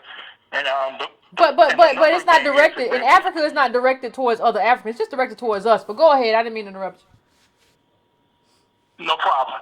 And I think my opinion is like a lot of times we get treated. We don't know ourselves, and so we fall for anything, and that's why probably you see so many viewers on their video, which we shouldn't even be watching. No way. Nope. Because they don't. I don't pay attention to people that don't care about you. So I watched a little clip and I turned it off the first time she just started talking because she don't know nothing and she ain't got nothing to back it up. And I have a couple of questions for you. And if you're so educated and you're so much better than me and this and that and the other, why don't you go to your country and go build? Why are you here? Scavengers. No, I mean, that's what why are you here? Won't you go build in your, if you got the education and the infrastructure, go do it back home. Why are you over here? And another opinion is, do you think that they are immigrants that come over here, are they being taught to hate us or use us as a stepping stool, or you think we're allowing that? Thanks for having me on. Thank you, caller. I appreciate you calling in. I think we just allow anything. And the thing is, it's because we romanticize the continent, Africa, 50+ countries, and we just romanticize a continent. We romanticize a continent. How ignorant is that? Like, when's the last time you saw an Irishman or a Czechoslovakian immigrant talk about Mother Europe? You just don't hear it. And from Europeans or Asians who've been here more than 1 or 2 generations, they don't, unless they know somebody back there. They can have pictures. They can have pictures of their family member, right? When in that country. But they still don't talk about I'm Irish or I'm Norwegian if they have immigrated here. Right? Like the Irish people came here from the potato famine. They can have people say that my uncle came here at 18 whatever. And they can have the history. We don't even have the history. And we think we're immigrants. And what I want you to understand is it's a disempowering position to be in. To constantly put yourself in a position as being the perpetual immigrant. So then you have immigrants come to this country and say, I'm here, I'm American, I put my flag down. And so we say, no, I ain't American. This country ain't never did nothing for me. Don't mean you're not American just because you've been mistreated by your country. That's like being mistreated by your parents as a child or being abused or something and then saying, I ain't got no parents. I don't know what you're talking about. Yes, you do. You just don't like the way you were treated. And we have a right not to like that. But we're still American. As a matter of fact, we're more American than a whole lot of people. We put in more work than a whole lot of groups. We built this country off of free labor. We still haven't got our due. It makes no sense to view yourself as an immigrant or to try to immigrate. I don't have any problem with traveling if you had the money. I ain't got the money. But if you had the money to go places, but you are not repatriating anywhere that you have never been. You are living a fantasy, and that fantasy is detrimental to black politics. So I'm going to go to the next call. My next call is 703. 703, I'm coming to you. What's your name and where you calling from? Hello. Hey. Happy New Year, Yvette. Can you hear me? I can hear you just fine. How you doing? All right. Hi. My name is Diana. I'm calling from Northern Virginia. Uh-huh. And I would like to present I am American. I was born here. I am of Haitian descent. Okay. And to answer your question, I assume I always was an ally of Black Americans because first, I would say my parents, mainly my mother, she was born during the time of the U.S. occupation of Haiti, and she always had like a Black political identity, I would say. So when we moved here, or when she moved here, I think she knew she was moving to a racial caste system. So she always taught me to be Black American or identify as Black American, and by doing that, I never downplayed the history. I didn't. But to answer one of the question about the young lady in the video about an option, I would say this. The census is coming up in 2020, and they are taking public comment. And I do remember the last time I did the census that Latinos have different subcategories based on countries. Okay. So probably there should be an advocacy to the Census Bureau saying, hey, for Black Americans, yes, it's a race, but we're also multi-ethnic, and probably have an option of subcategories of saying, all right, yes, there's this umbrella of, I want to say Black people or African American. However, we're going to put down descendants of slaves. We're going to put down continental Africans, and probably in continental Africans, we may need to have subcategories of saying, hey, there's expatriates from Europe, there's North Africans, and there's the Caribbeans and everybody else. And then you have a category for West Indians, and you have another category for Afro-Latinos. And from there, you can probably get data based on education, income, infant mortality, life expectancy, and stuff like that. And you may have to have like exceptions for folks from the Virgin Islands and Puerto Rico because they're like U.S. citizens in that area. Okay. And also, I would like to come again. Thank you, Carla. I appreciate you calling in. What was your last thought? Make it quick for me. No. I was like, I like the videos where you do the comparative analysis because the last one you did was with the Chinese, possibly. I'm giving you work, but the one where you may want to entertain is probably like Jewish American, how they also were like othered. However, something transitioned after World War II where they were able to, I guess, matriculate into like American life. Okay. And how the Jewish community became white. Yeah, I know. Thank you, Carla. I appreciate you calling in. I appreciate the call. And what she said was kind of important because she said that like my Haitian mother basically told me like you gonna be black, you gonna be African American. That's just what it is. When you get here, that's who you're gonna be. And so if Purple Lipstick had thought that way, she could not have made any of the claims that she made if she had believed that way. But her whole shtick was African versus African American. We are here and you are there. We work like this, you work like this. We have ideas of what we want for ourselves, you have nothing. We choose to do this, you choose to do nothing. And so, and what this last caller sounded like was like, you know, when I said Stokely Carmichael, that is kind of like what I'm talking about. Is like this person is saying that my Haitian mother taught me that like when I come here, I'm African American, and I'm fighting for what African Americans want, and I am fighting, and I'm going to trust them with what they want too. I'm not taking over. I'm trusting them with what is best for them. That's what she sounded like. That's how you build an ally. And what we have to understand is that her mother built an ally. But we have to understand, too, there are a lot of people, most people, I think, coming from with these super capitalist ideals and these not understanding African-Americanness or whatever. These people are not allies. So I think what we have to start doing, too, as African-Americans is understanding who allies are by country, class. You know, Antonio said something a while ago. It was LCSC, lineage, class, struggle, character. Lineage, class, struggle, character. In terms of helping to define the person that you're talking to. And what I always say when I'm talking to people is, who you? I need to know who you are. It's important. But anyway, I'm going to area code 443. I'm coming to you now, 443. Tell me what's your name. Tell me where you're calling from.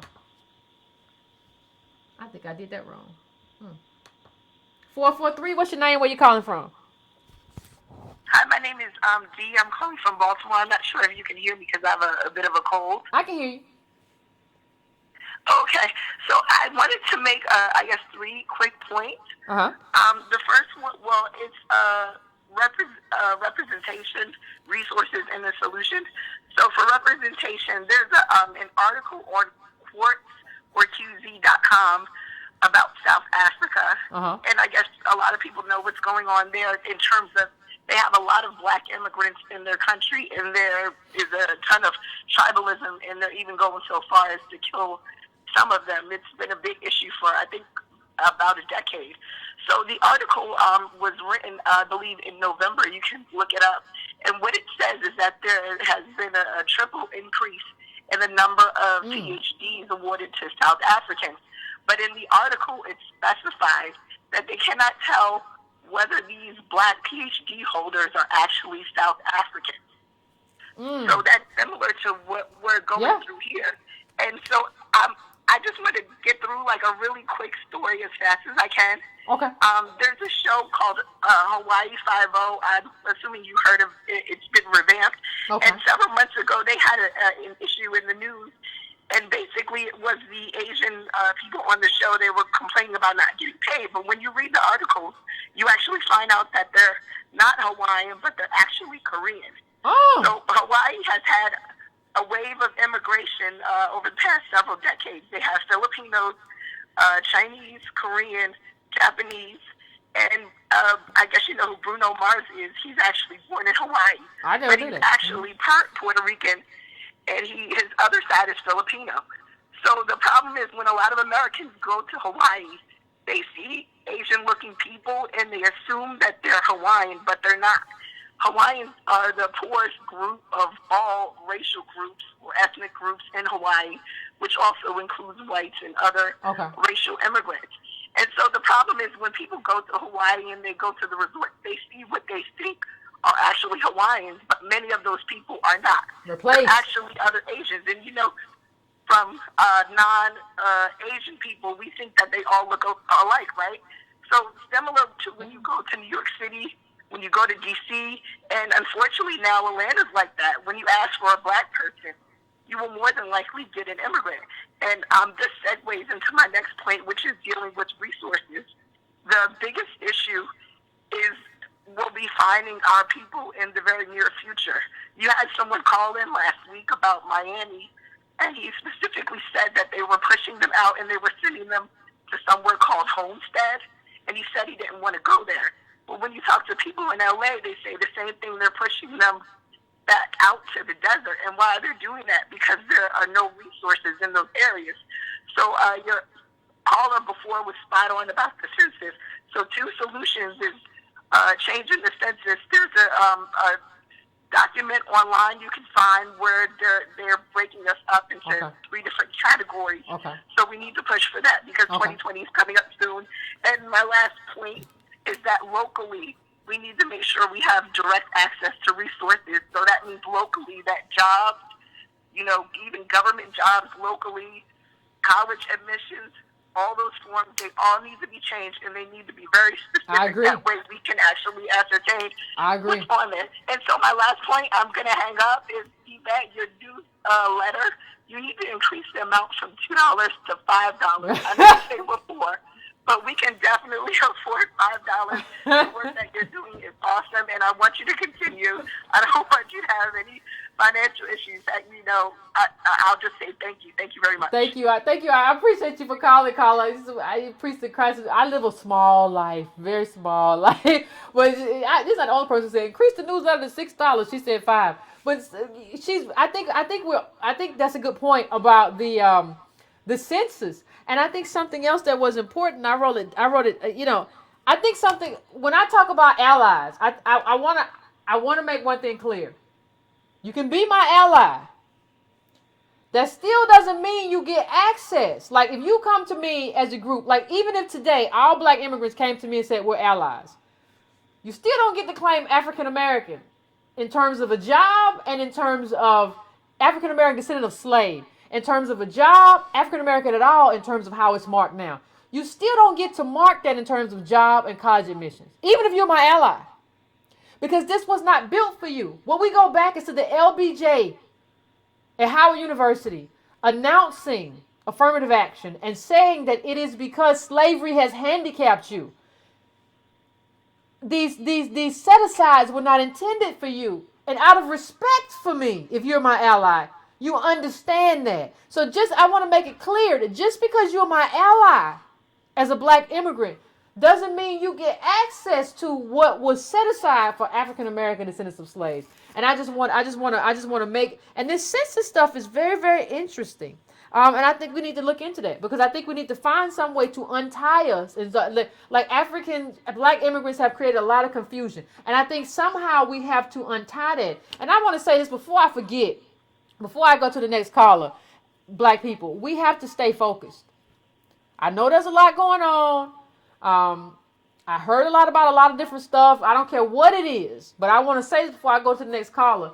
We have to stay focused no matter what. We have to stay focused on the issues that impact us and our community, and we have to stay focused. We ain't going to win if we don't have no focus. So I'm going to 860. Tell me what is your name and tell me where you're calling from. And let's make the comments quick, people, because I'm trying to get as many people in as I can. Let's just try to make them quick. What's your name? Where you calling from, caller? Hi, my name is Gabe. I'm calling from Connecticut. Hey, Yvette. Hey, so I'm going to make it brief because I know everyone else had a 3-page paper, so I only got a post-it note for you. I think the problem is that we haven't figured out how to make all of our thoughts black thoughts. We're still contrasting ourselves to whiteness. We still don't really understand what capitalism is, and it's because the entire system is meant to block us from critical thinking. So, chattel slavery and all of that was essentially a brutal mind manipulation and abuse that we have never really been allowed to heal from. And so we have passed that on for generations, and we see it in our men. Our men are still being trapped, so they can't guide us because they got to fight for their lives. And right now, the black man is the new conservative. I'm sorry to say it. Most of the black men that I have these conversations with, they're still willing to rationalize with capitalism. And I understand, I sympathize with it only because I understand that the system has done that to them. But I'll end it with this. We need to start talking about solutions. How do we bring those black thoughts into one space? How do we stop, when you talked about Ta-Nehisi Coates and West, in being in that position and not bringing up the justice claim immediately, that these reparations are overdue, that we are American citizens, and that this is a history of generations of abuse and continuous modernized slavery, basically, the incarceration system. All of these things are still persisting, so what is the holdup? We need to stop playing these intellectual debate games and start talking about solutions on what we actually agree on. And I'm just going to leave it at that. Y'all have a blessed day. Happy New Year. Stay black. Happy New Year's to you. Yeah. I mean, there's a lot we have to do. But one of the things that I want to, one of the things, and I agree with the call in a lot of areas, but one of the things that I want to say is, part of what has to happen in terms of solution is, right, this core of people that we have here has to grow. We're like 35,000 now. It has to grow. Like, it has to be a bigger group. Because when you have a bigger group, then you can go and you have leverage. Then you can go and say, listen, I'm not Yvette Carnell. I'm not Antonio Moore. I'm these 500,000 people following. That's who I am. And we got some questions and we got some concerns. So until we can make the case that the Breaking Brown family, Tone Talks family is bigger, you know what I mean? That we have, that we have the numbers to like come here and say, listen, we represent a significant number of people who have X, Y, Z concerns. I don't think people are going to take it. And we're going to get there. It's not a question of whether we get there. It's a question of when. It's a question of how soon. So, it's a question of timing. That's it. And so I do agree with, like, I mean, the whole Bitcoin thing let me know how much people, there are a lot of ways that people are looking to escape blackness. And there are so many ways of them. And like this idea that I'm going to be a super capitalist. But what I would say to you too, you can't be a super capitalist by day and then come home and be like, I'm going to be about family. That's just not how it works. Like, individualism is individualism. We got a lot of confusion. But let me just get to the phones before I say too much. Let me just get to the phones. 202, I'm coming to you. 202, what's your name? Where you calling from? Hello? Hey, 202, what's up? Okay, I got through. Yeah, what's your name? Where you This calling is from? Man of Leisure. I'm calling from Atlanta. Okay. Hey, how's it going? Yeah, I'm glad I got through. Just wanted to chime in on the topic of today. Okay, go ahead. Okay, yeah. So just to give you my background, I guess I would be called a first generation Nigerian. Parents came here in the 70s. I was born in Queens, New York. Grew up poor. They came to the country. They pumped gas to kind of get us on our feet and everything like that. One thing I would want to say based on my experience, I've been to Nigeria a few times. I would say that the biggest allies that African Americans are going to have is definitely people who were born here, Africans, or immigrants who were born here and actually lived and grew up in America, as opposed to the ones that come here, like, when they're 20 or 18, because they have their mindset that's different, right? As opposed to someone who grew up here and they see what's going on and they see the struggle and they understand the struggle. So that's my first point. I'll say definitely, it won't be everyone, but the majority is going to have to be people who were born and raised in America. Guaranteed. Third thing I want to say, too, is like myself, I grew up, I'm probably about, what am I now, 42? Okay. I mean, I went through the schooling thing. I worked hard. I was, at that age, it was just like, work hard, study, things like that. I was good in math and things like that, so I went through school. And, I came out like I was an engineer. So I was like, okay, I'm going to, kind of develop things. I'm going to, try to be like, okay. one of these Silicon Valley type people. As a black man, that didn't work. I mean, every door was closed in my face.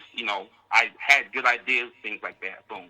So the only thing that actually worked for me was things where I was actually invisible. Okay. If that makes sense. Okay. Let's wrap it up. Let's wrap it up, Carl. I don't mean to. Let's wrap it up because I'm wrapping it up. Okay. I'll just get to the point, basically saying, as a black person, to try to, without, like you said, I think politics has to be the way, because if you just come out here and you're trying to be a striver, it's going to be really hard. I mean, it was okay for me, but I don't suggest anyone do it, because it was hard as hell. All right. You know what I'm saying? So that's really what's my point. All right. And also, I have one more question for you before I go. Do you think, as far as politics, holding our vote, if we don't feel like we have a good candidate, is a good first move, as opposed to saying, okay, we have to vote for one, how about just hold our vote and say. Appreciate it, caller. I don't necessarily. I think there may be times when we have to strategically, as a block, withhold our vote. But I think we just have to be very, very careful in terms of when we choose that. I talked about that in 2010 when I knew Obama wasn't going to do anything, and I was like, this might be a time to try that out. But you have to be very, very careful, because our vote as citizens is one of the only things that we do have. Area code 818, I'm coming to you. 818, I'm coming to you. Tell me what's your name, where you calling from? Hi, this is Marissa from San Diego. Can you hear me? I can hear you. How you doing? I'm good. How are you? Pretty good. Okay, so I'm just going to kind of cut straight to it. First of all, this was definitely an eye-opener for me, because I didn't know this dialogue was going on. So I'm shocked, and thank you so much for playing that video. The first one that you played, honestly, when I saw it, I was like, what? This girl's crazy. This girl's crazy. My ego was just kind of like, oh, she's wrong, she's crazy. I'm not even trying to hear what she has to say. The second one, honestly, I kind of let my defenses down, and I listened to what she was saying. And honestly, there was so much truth in it. And I want to reference two stories that you said earlier about the feces. Mm-hmm. The first story about your Nigerian friend coming out of the airport and seeing feces on the ground. You also mentioned the hookworms and how there's feces in our backyard. Yeah. So if you can imagine how a Nigerian is looking at that, they're like, listen, we have this shit on our ground. You know what I'm saying? Even you said, when you walk out of Atlanta airport, you're not thinking you're going to see that. But they see that on a regular basis. So I can only imagine psychologically what they're thinking. They're thinking, listen, you may have had limited resources, but we had no resources. And we still made it. And I think that's just ultimately what it comes down to. It's jealousy. They're jealous of us, and we're jealous of them. Wait a minute. Hold on. Let me I'm gonna have a conversation with you, so I'm not cutting you off. I've never been jealous of I've never been jealous of a Nigerian. I just want to be honest with you, and I've never met an African the only African I meet African Americans who are jealous of general Africans because they have romanticized it and made it into something in their own minds that has nothing to do with reality. But when you talk about the reality of Africans versus Nigerians, I have never ever seen I have never talked to an African American and who has understood what Nigeria really looks like and said that. And the thing is, this idea that you come over here and you've made it on your own. This person said, my mother worked in England. Your mother was working in England as a Nigerian. That's not on your own. There's so many lies embedded in this. But go ahead. I'm gonna let you have the next word. Okay. Well, ultimately, like I said initially, there's a lot of layers to this. You know what I'm saying? There's so many different variables that you have to consider to come up with a solution. So we will be all night, discussing this. So but what I want to do is I want to give you one example, and then, I'm done. For me personally, I'll just speak on myself. When I see a white homeless person, it's honestly very hard for me to have sympathy for a white homeless person. You know what I'm saying? Like, it's even hard for me to give them money sometimes. Because I'm just like, what the fuck? Like, you had not only the same access to resources as me, but more. You know what I'm saying? And I'm like, even if you dropped the ball, I know you had a whole tribe who was behind you that could have helped you get back up. What happened? You know what I'm saying? And I would imagine that they kind of think the same way about us. Yeah, but that would make them ignorant. Do you understand that would make them an idiot? That would make them ignorant. It's even worse. It's even worse than ignorant. It's worse than ignorant. Okay, because the thing is, we didn't. They actually had the advantage. They actually had an advantage. They didn't come from chattel slavery. Colonialism didn't last as long in Nigeria so they actually had the advantage. So to come here and say, look at these black people, they had an advantage. Why are they doing this? That makes you an ignorant person. Okay, they might be ignorant, but they're not our enemy. Not might be ignorant. Not might. If you believe that you're an ignorant person, own your ignorance.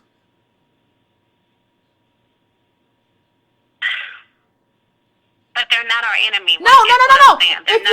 If you believe that, you are my enemy. They might be ignorant, but they're not our enemy. No, wait a minute. Okay. No, you're wrong. You're just wrong. Because if you believe the same thing Rush Limbaugh believes about African Americans, you are my enemy. Now, if you want to make yourself not my enemy and educate yourself, you can do that. But you are my enemy as long as you're believing the same thing that white racists believe about us. You are my enemy, and I have a responsibility to treat you as such. You are an enemy if you choose to believe that. But if that is ingrained in you and taught to you, I don't care. That's all that you know. No, there are a lot of It's a choice. Hold on. No, it's a choice of belief. You are wrong. What you pledge allegiance to. Listen. I grew up in the South. There are a lot of people in the South. I get to it. That's fine. Hold your mule. I grew up in the South. You grew up in the South. There are a lot of white people in the South who are racist, and they grew up that way. And it's just ingrained in them. Does that make them any less your enemy because they grew up that way and it was ingrained in them? Why are you comparing Nigerians to white Americans? Those are two completely You know what the problem is? You know what the problem is? You know what the problem is? You know what the problem is? To an outsider. You know what the problem is? What I'm saying is, it's just, I'm sorry, what was that? You know what the problem is? The problem is you're viewing lineage. You're confusing lineage. You're confusing lineage with complexion. So you're saying, why am I comparing? No, you're not including lineage. Yes, you are. Yes, you are. You just said that. You're not including lineage. No, you just said that. No, hold on. Let me tell you what you're not gonna do. You're not gonna talk over me. Let me tell you what you're not gonna do. That's not gonna happen. Understand that. Now, here's what you just did. You just said to me, well, how could you say that about a Nigerian and compare them to a white people? Because they're sharing the same racist ideology. They both think that we're less than. They both are saying to themselves, they both are saying that black people choose to be poor. So why shouldn't I put them together and say people who believe that are conservatives and they are conservative racists and they believe that African Americans are less than and they are my enemy? Why wouldn't I say that?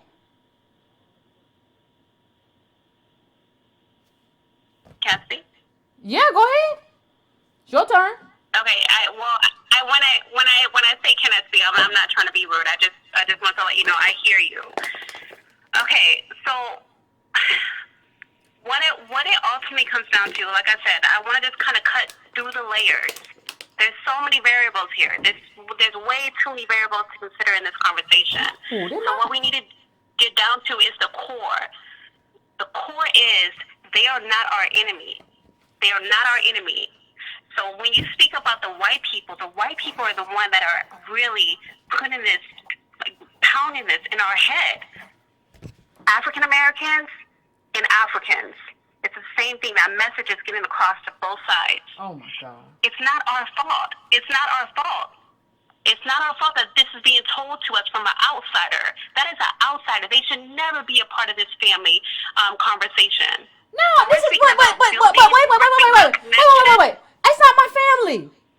Understand what family? Who's not our family? Who? How? Wait a minute. You said that shit. Outsiders. Wait a minute. So you're talking about other Americans that have been that I have grown up with, like these. So Americans. So wait a minute. So an American liberal who fights, even if they're a white liberal who fights for black people to have equal rights, is less a member of your family than a black person who is a conservative and says African Americans are less than us.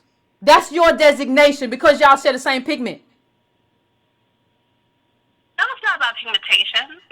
It's about lineage. It's exactly what you're speaking They about. don't share your lineage. They don't share your lineage. Everybody comes from Africa. They don't share a history in this country, and they don't share your claim to this country if you're African American. Okay, well, I spoke my piece, and I love your show. I love your show. I really, really do. And I'll continue to listen, and I will continue to support as well. Thank you. I appreciate it. I just don't see how you can say, well, they're not enemy. Like, in order not to be an enemy, you have to act in ways that are not enemies. So if you have adopted, let's say you are a black person, black immigrant, or even an African American, and you have adopted white supremacy in your mind, how are you not my enemy? If you are a black person, and let's say let's not even talk about the immigrant. Let's say you are a black person and you're a police officer. And as a black police officer, you believe that black men who walk the streets and black women are less than, and you're going to harass them. And you go around in your black community harassing other black people. And you want me to think that you're not my enemy because something made you think that way and blah, blah, blah, blah. No, you expressed to me that you're not my enemy by being in solidarity with me. And that means what I want in terms of an end to police brutality, in terms of reparations, in terms of redistribution of wealth, all that stuff. You in that with me. If you're not in that with me, I don't understand how you then come to me and basically be like, I'm your ally, just because we both got nappy hairs and shit. I don't get it. Next call, I'm going to 404. I need your name and where you're calling from. Hi, Yvette. Hey. This is Dawn. Hey. That was a really interesting caller, but there are 2 points I want to make. Okay. The first one is, I am really nervous because you know what I'm hearing when by the way, the clip that you played, I've actually seen that clip before. But when I think about the Rwandan genocide and other genocides, it starts off with looking at people as they're less than, calling them names like, what was the name, Akata, that they call us wild beasts. And I'm nervous that they're going to be part of our extinction, if I'm saying it right. Yeah. That they're literally going to play a part in just by them looking at us as you guys almost have no value, no worth. And by the way, these conversations I've had with so many Africans, and if they will kill each other over there, why wouldn't they allow us to be killed and get rid of us? They see no value. So that's the first point. I'm very nervous about them co-signing a genocide on us in America. Descending the slaves. Well, they don't have to do anything. They can just, like, it doesn't have to be like that. They can just replace us. Like, they can just replace us, and like in 10 years, you'll be answering to Alinwa and Jose for your job. Like, it's just it doesn't have to be. The thing is, America's so smooth and America's so slick. They don't have to do a genocide. They just bring people in to replace you. And since you see solidarity with anybody who's brown, then there you go. But I'm sorry, go on, caller. I didn't interrupt. Agree. Okay. And so the second point, are you still there? Yeah, I'm here. Okay, so my second point, the conversation I have with a lot of friends, and yes, I do have Nigerian friends, I have Kenyan friends, and a couple of people kind of touched on Antonio, and a couple of people, but one of the things I always bring up, and I say, be very clear. You looked across the water at America and said, wow, those slaves marched, they fought, and they got all this really cool stuff that we can go and take advantage of. And you're migrating and immigrating over to our country. I said, before you say a word to me, understand you're coming from a failed system. And I ask them all the time, before we have a conversation about what African Americans, Black Americans are not doing, can I come to your country with any opportunity? Can I get tired of America and go, you know what, I'm not tired of America. I want to go to Kenya. I want to go to Nigeria. I want to go to Uganda. Do you have anything set up for me there for opportunity? What have you built? And you're going to say zero, nothing. You have absolutely failed. You have failed. Nobody wants you in France, in England, in Italy, because you have failed and most of the world sees you as corrupt. So you're absolutely playing on the sentiments of Black Americans, but that usually shuts down the conversation. Because the first thing I say is, what can I go to you in your country? What have you built? What structures in place so that I can leave this country and come over there and make it? Yeah. And yours. Yeah, but And you say you're my ally, and you say I should make a place for you to be here, but you don't make a place for me to be there. Like, that's my thing. You keep telling me, well, if you're African American, you should make a place for me. You should advocate for immigrants. You're not advocating for me. So thank you, caller. I appreciate you calling in. I'm trying to make some room, but I appreciate everybody who's called in tonight. I just want to say one other thing too. The thing we have to understand is that a lot of these Africans that they're talking about are coming from elite homes and elite communities, right? They're not coming here to be like your ally. Like, these are, that's something that we have to understand. These elite perform a specific function in Africa in terms of the corrupt places that we've seen. They perform a very, very specific function. And so what you see now is that a lot of them are coming here to perform that very same function, that very same elite function. So what happens when Lovey when she's the one that gets in the room and talks to the white capital and the millionaires and billionaires, and she says something like, you know what? Yeah, I kind of get what you're saying. They ain't right. Like, what happens when everybody in the room ain't us?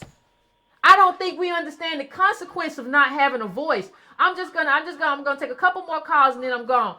414, let's make it quick because I'm trying to get in like 2 more calls. We already 2 hours in, but I know I missed last time. I'm trying to get in a couple calls. 414, I'm coming to you now. Tell me what's your name, where you calling from? Hey, Yvette. Hey. Yvette? Yep. Hey, how's it going? Yeah, you and Tone Talks, Antonio Moore, got some hard-working people, so, you can't say all African Americans aren't hardworking. I'm calling from Milwaukee, and I go by Bruce City 44 over there, posted on the YouTube. Yeah, the thing with the pulling yourself up by the bootstraps, if you go by the research done, at least was reporting this book, Talent is Overrated. No one has ever done that. It's a complete fucking myth. I don't give a fuck. I shouldn't be cussing. White middle class, the reason they middle class and not rich, all right, is because they don't know how to get rich. Because the thing is, according to the research, all right, your family, your community matters dramatically. Your lineage, you might as well say, matters. That's why those white hillbillies from Scots Irish down there in Kentucky and Virginia, that's why they poor. Because of their lineage. Because they don't know how to get rich. All right? So, if the Africans are coming over here with a strong family background in education, and see, I do blue-collar work, that's what I used to do, all right? So, I never seen no African, all right, working beside me doing blue-collar work out here in Wisconsin, all right? I had one time, and he couldn't handle it. 5 degrees out. They can't handle that. So, they work in white-collar work, which is fine, all right? But let's be clear here. They're not Mexicans. They're not hanging drywall. They're not climbing up on roofs. Because they wouldn't do it. They wouldn't be able to hang with the white people. These white people up here, the ones that do that, work hard. And I know damn well they can't do it. So, I get kind of upset with Nigeria itself, too, because it's oil rich. All right? And the country is so far behind because of corruption over there. But, Black Americans are where they are, right? Because of the devastation to the family and to the community. And that's just the bottom line. I guess I'll just end what I have to say with that. Thanks for what you and Antonio Moore doing. No, I appreciate it. Y'all some very smart people. Thank you. I appreciate you calling in. I'm going to keep it rolling, everybody. I'm going to 901. I'm coming to you now. Tell me your name, where you calling from. Hey, Yvette, this is Joshua Morgan. I am from Tallahassee, Florida. Hey. I just want to say I subscribed today, and I appreciate what you did. Thank you. I appreciate you. No problem. And I just want to tie in what we've been talking about with Ibram X. Kendi's Stamp from the Beginning, the Definitive History of Racism in America textbook or book.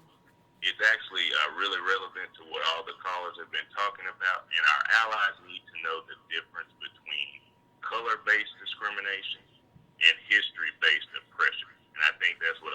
beginning. Color. At their Say that time of again, the caller. No, wait. Say that again. Color-based what? Say that again for the people. The difference between color-based discrimination and heritage-based oppression. You can end on that note, caller. Thank you. I appreciate you. Okay, Woo. no problem. You hear what he said? You hear what he said? You got to understand the difference between color. Oh my God. Color-based discrimination. Lineage oppression. We have been oppressed. That's not the same thing as what Obama said. I'm black just like you because I can't get a cab.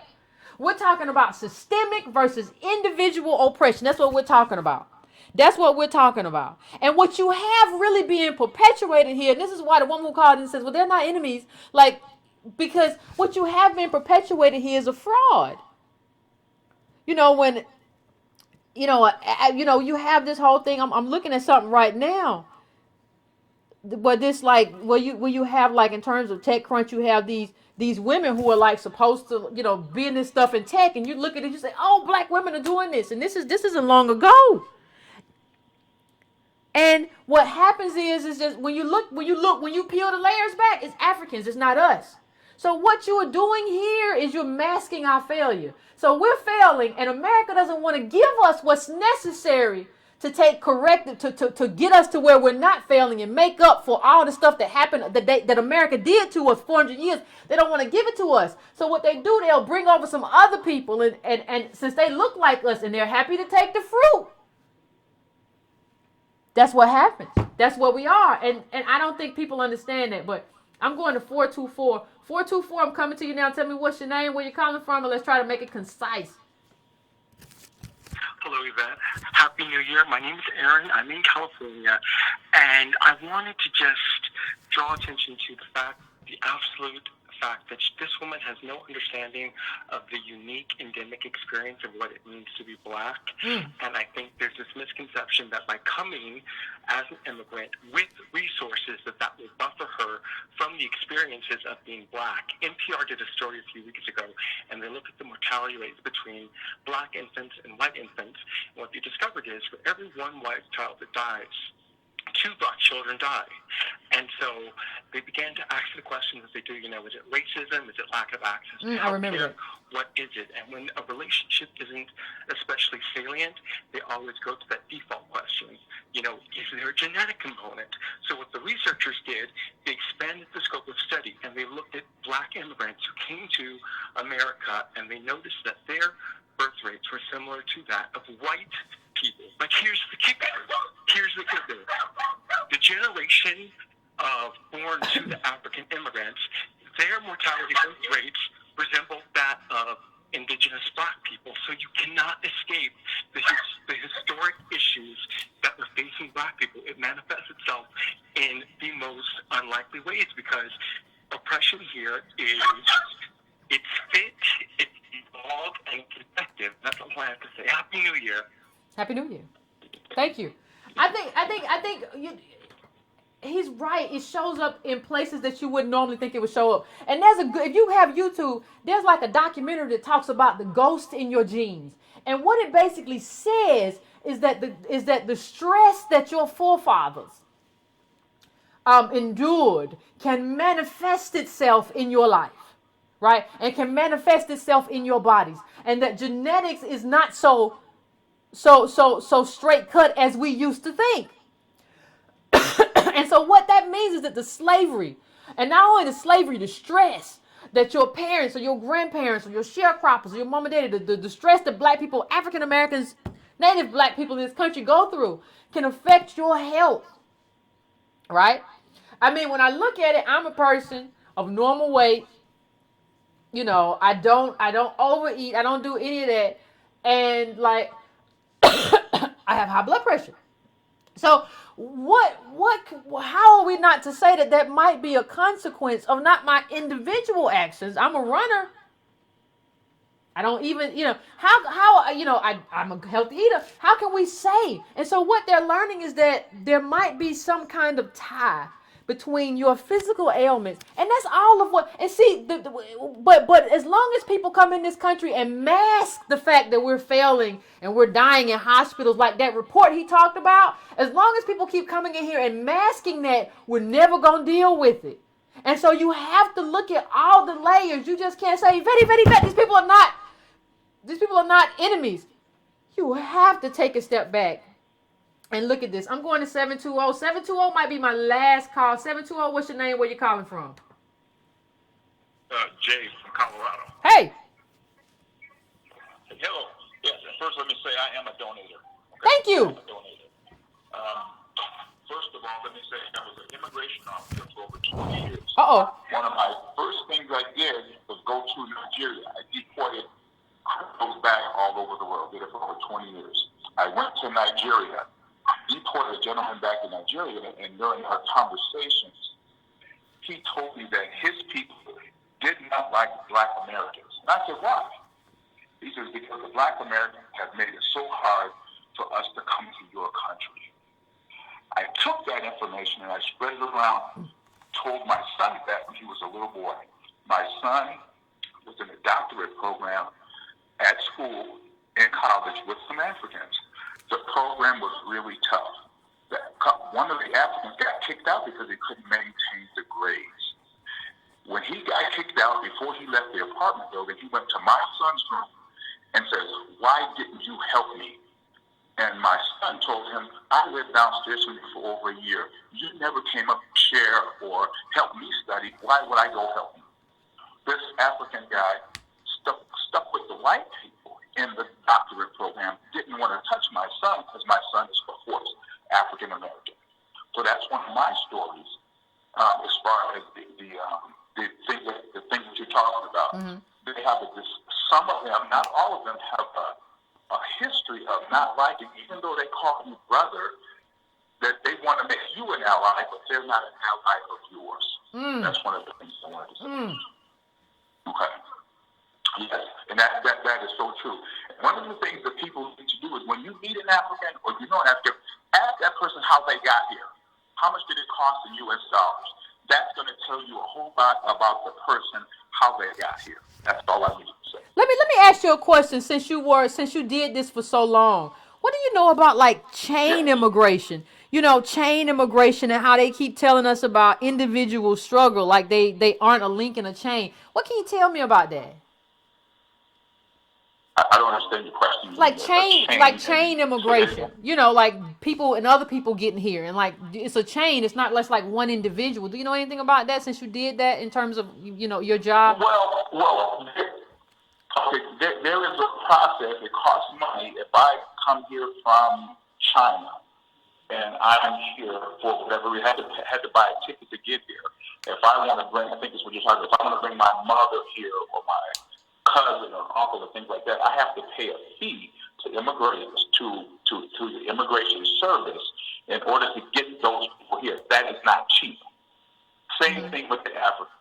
Same thing with the Africans. If they come here and they want to bring a family member here to try to get them status, they have to say, I work at this job, I make a certain amount of money, I can support them, because they can't automatically come here and go to work. Is that what you're talking about? Yeah, thank you. I appreciate that. I appreciate that information. I appreciate it, Colin.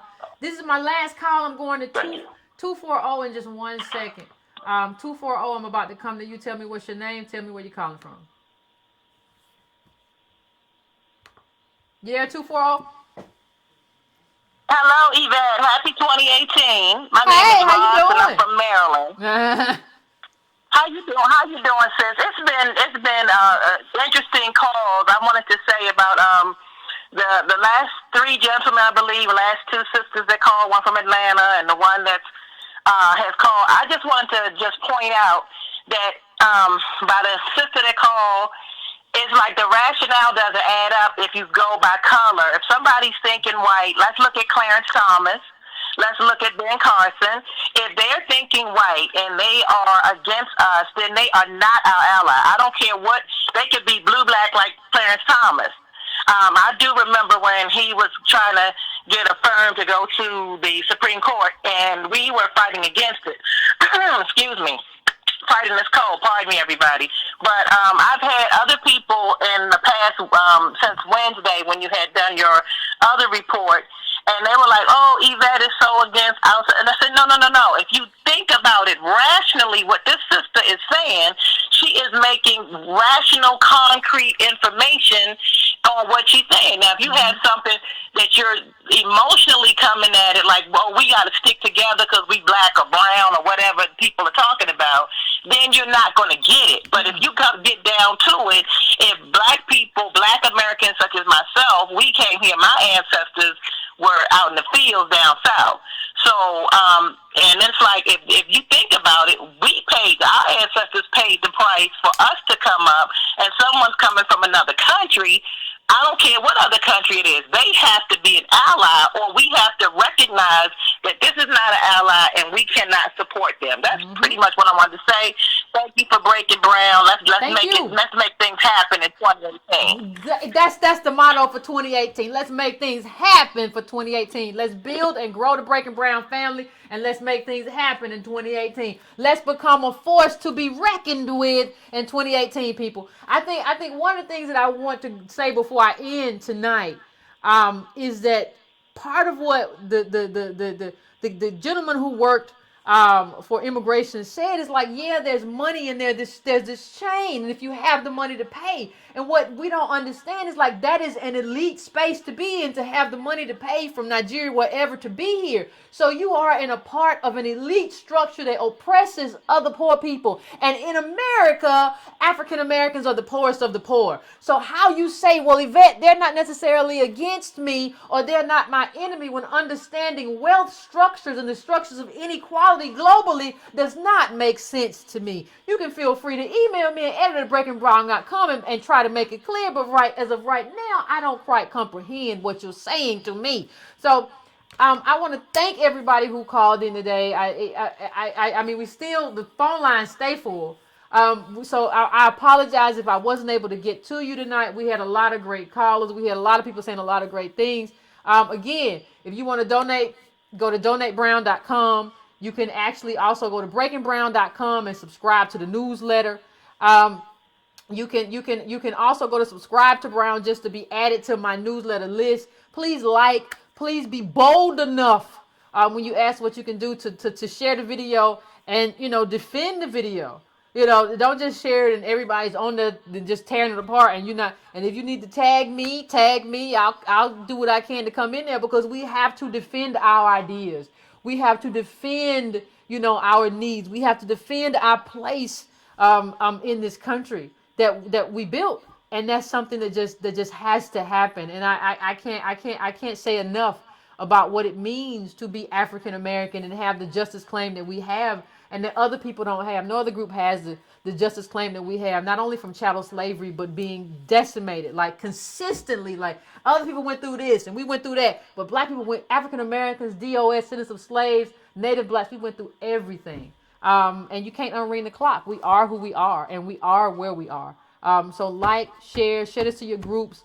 You can get the newsletter, and I appreciate y'all. And I will see you on Wednesday.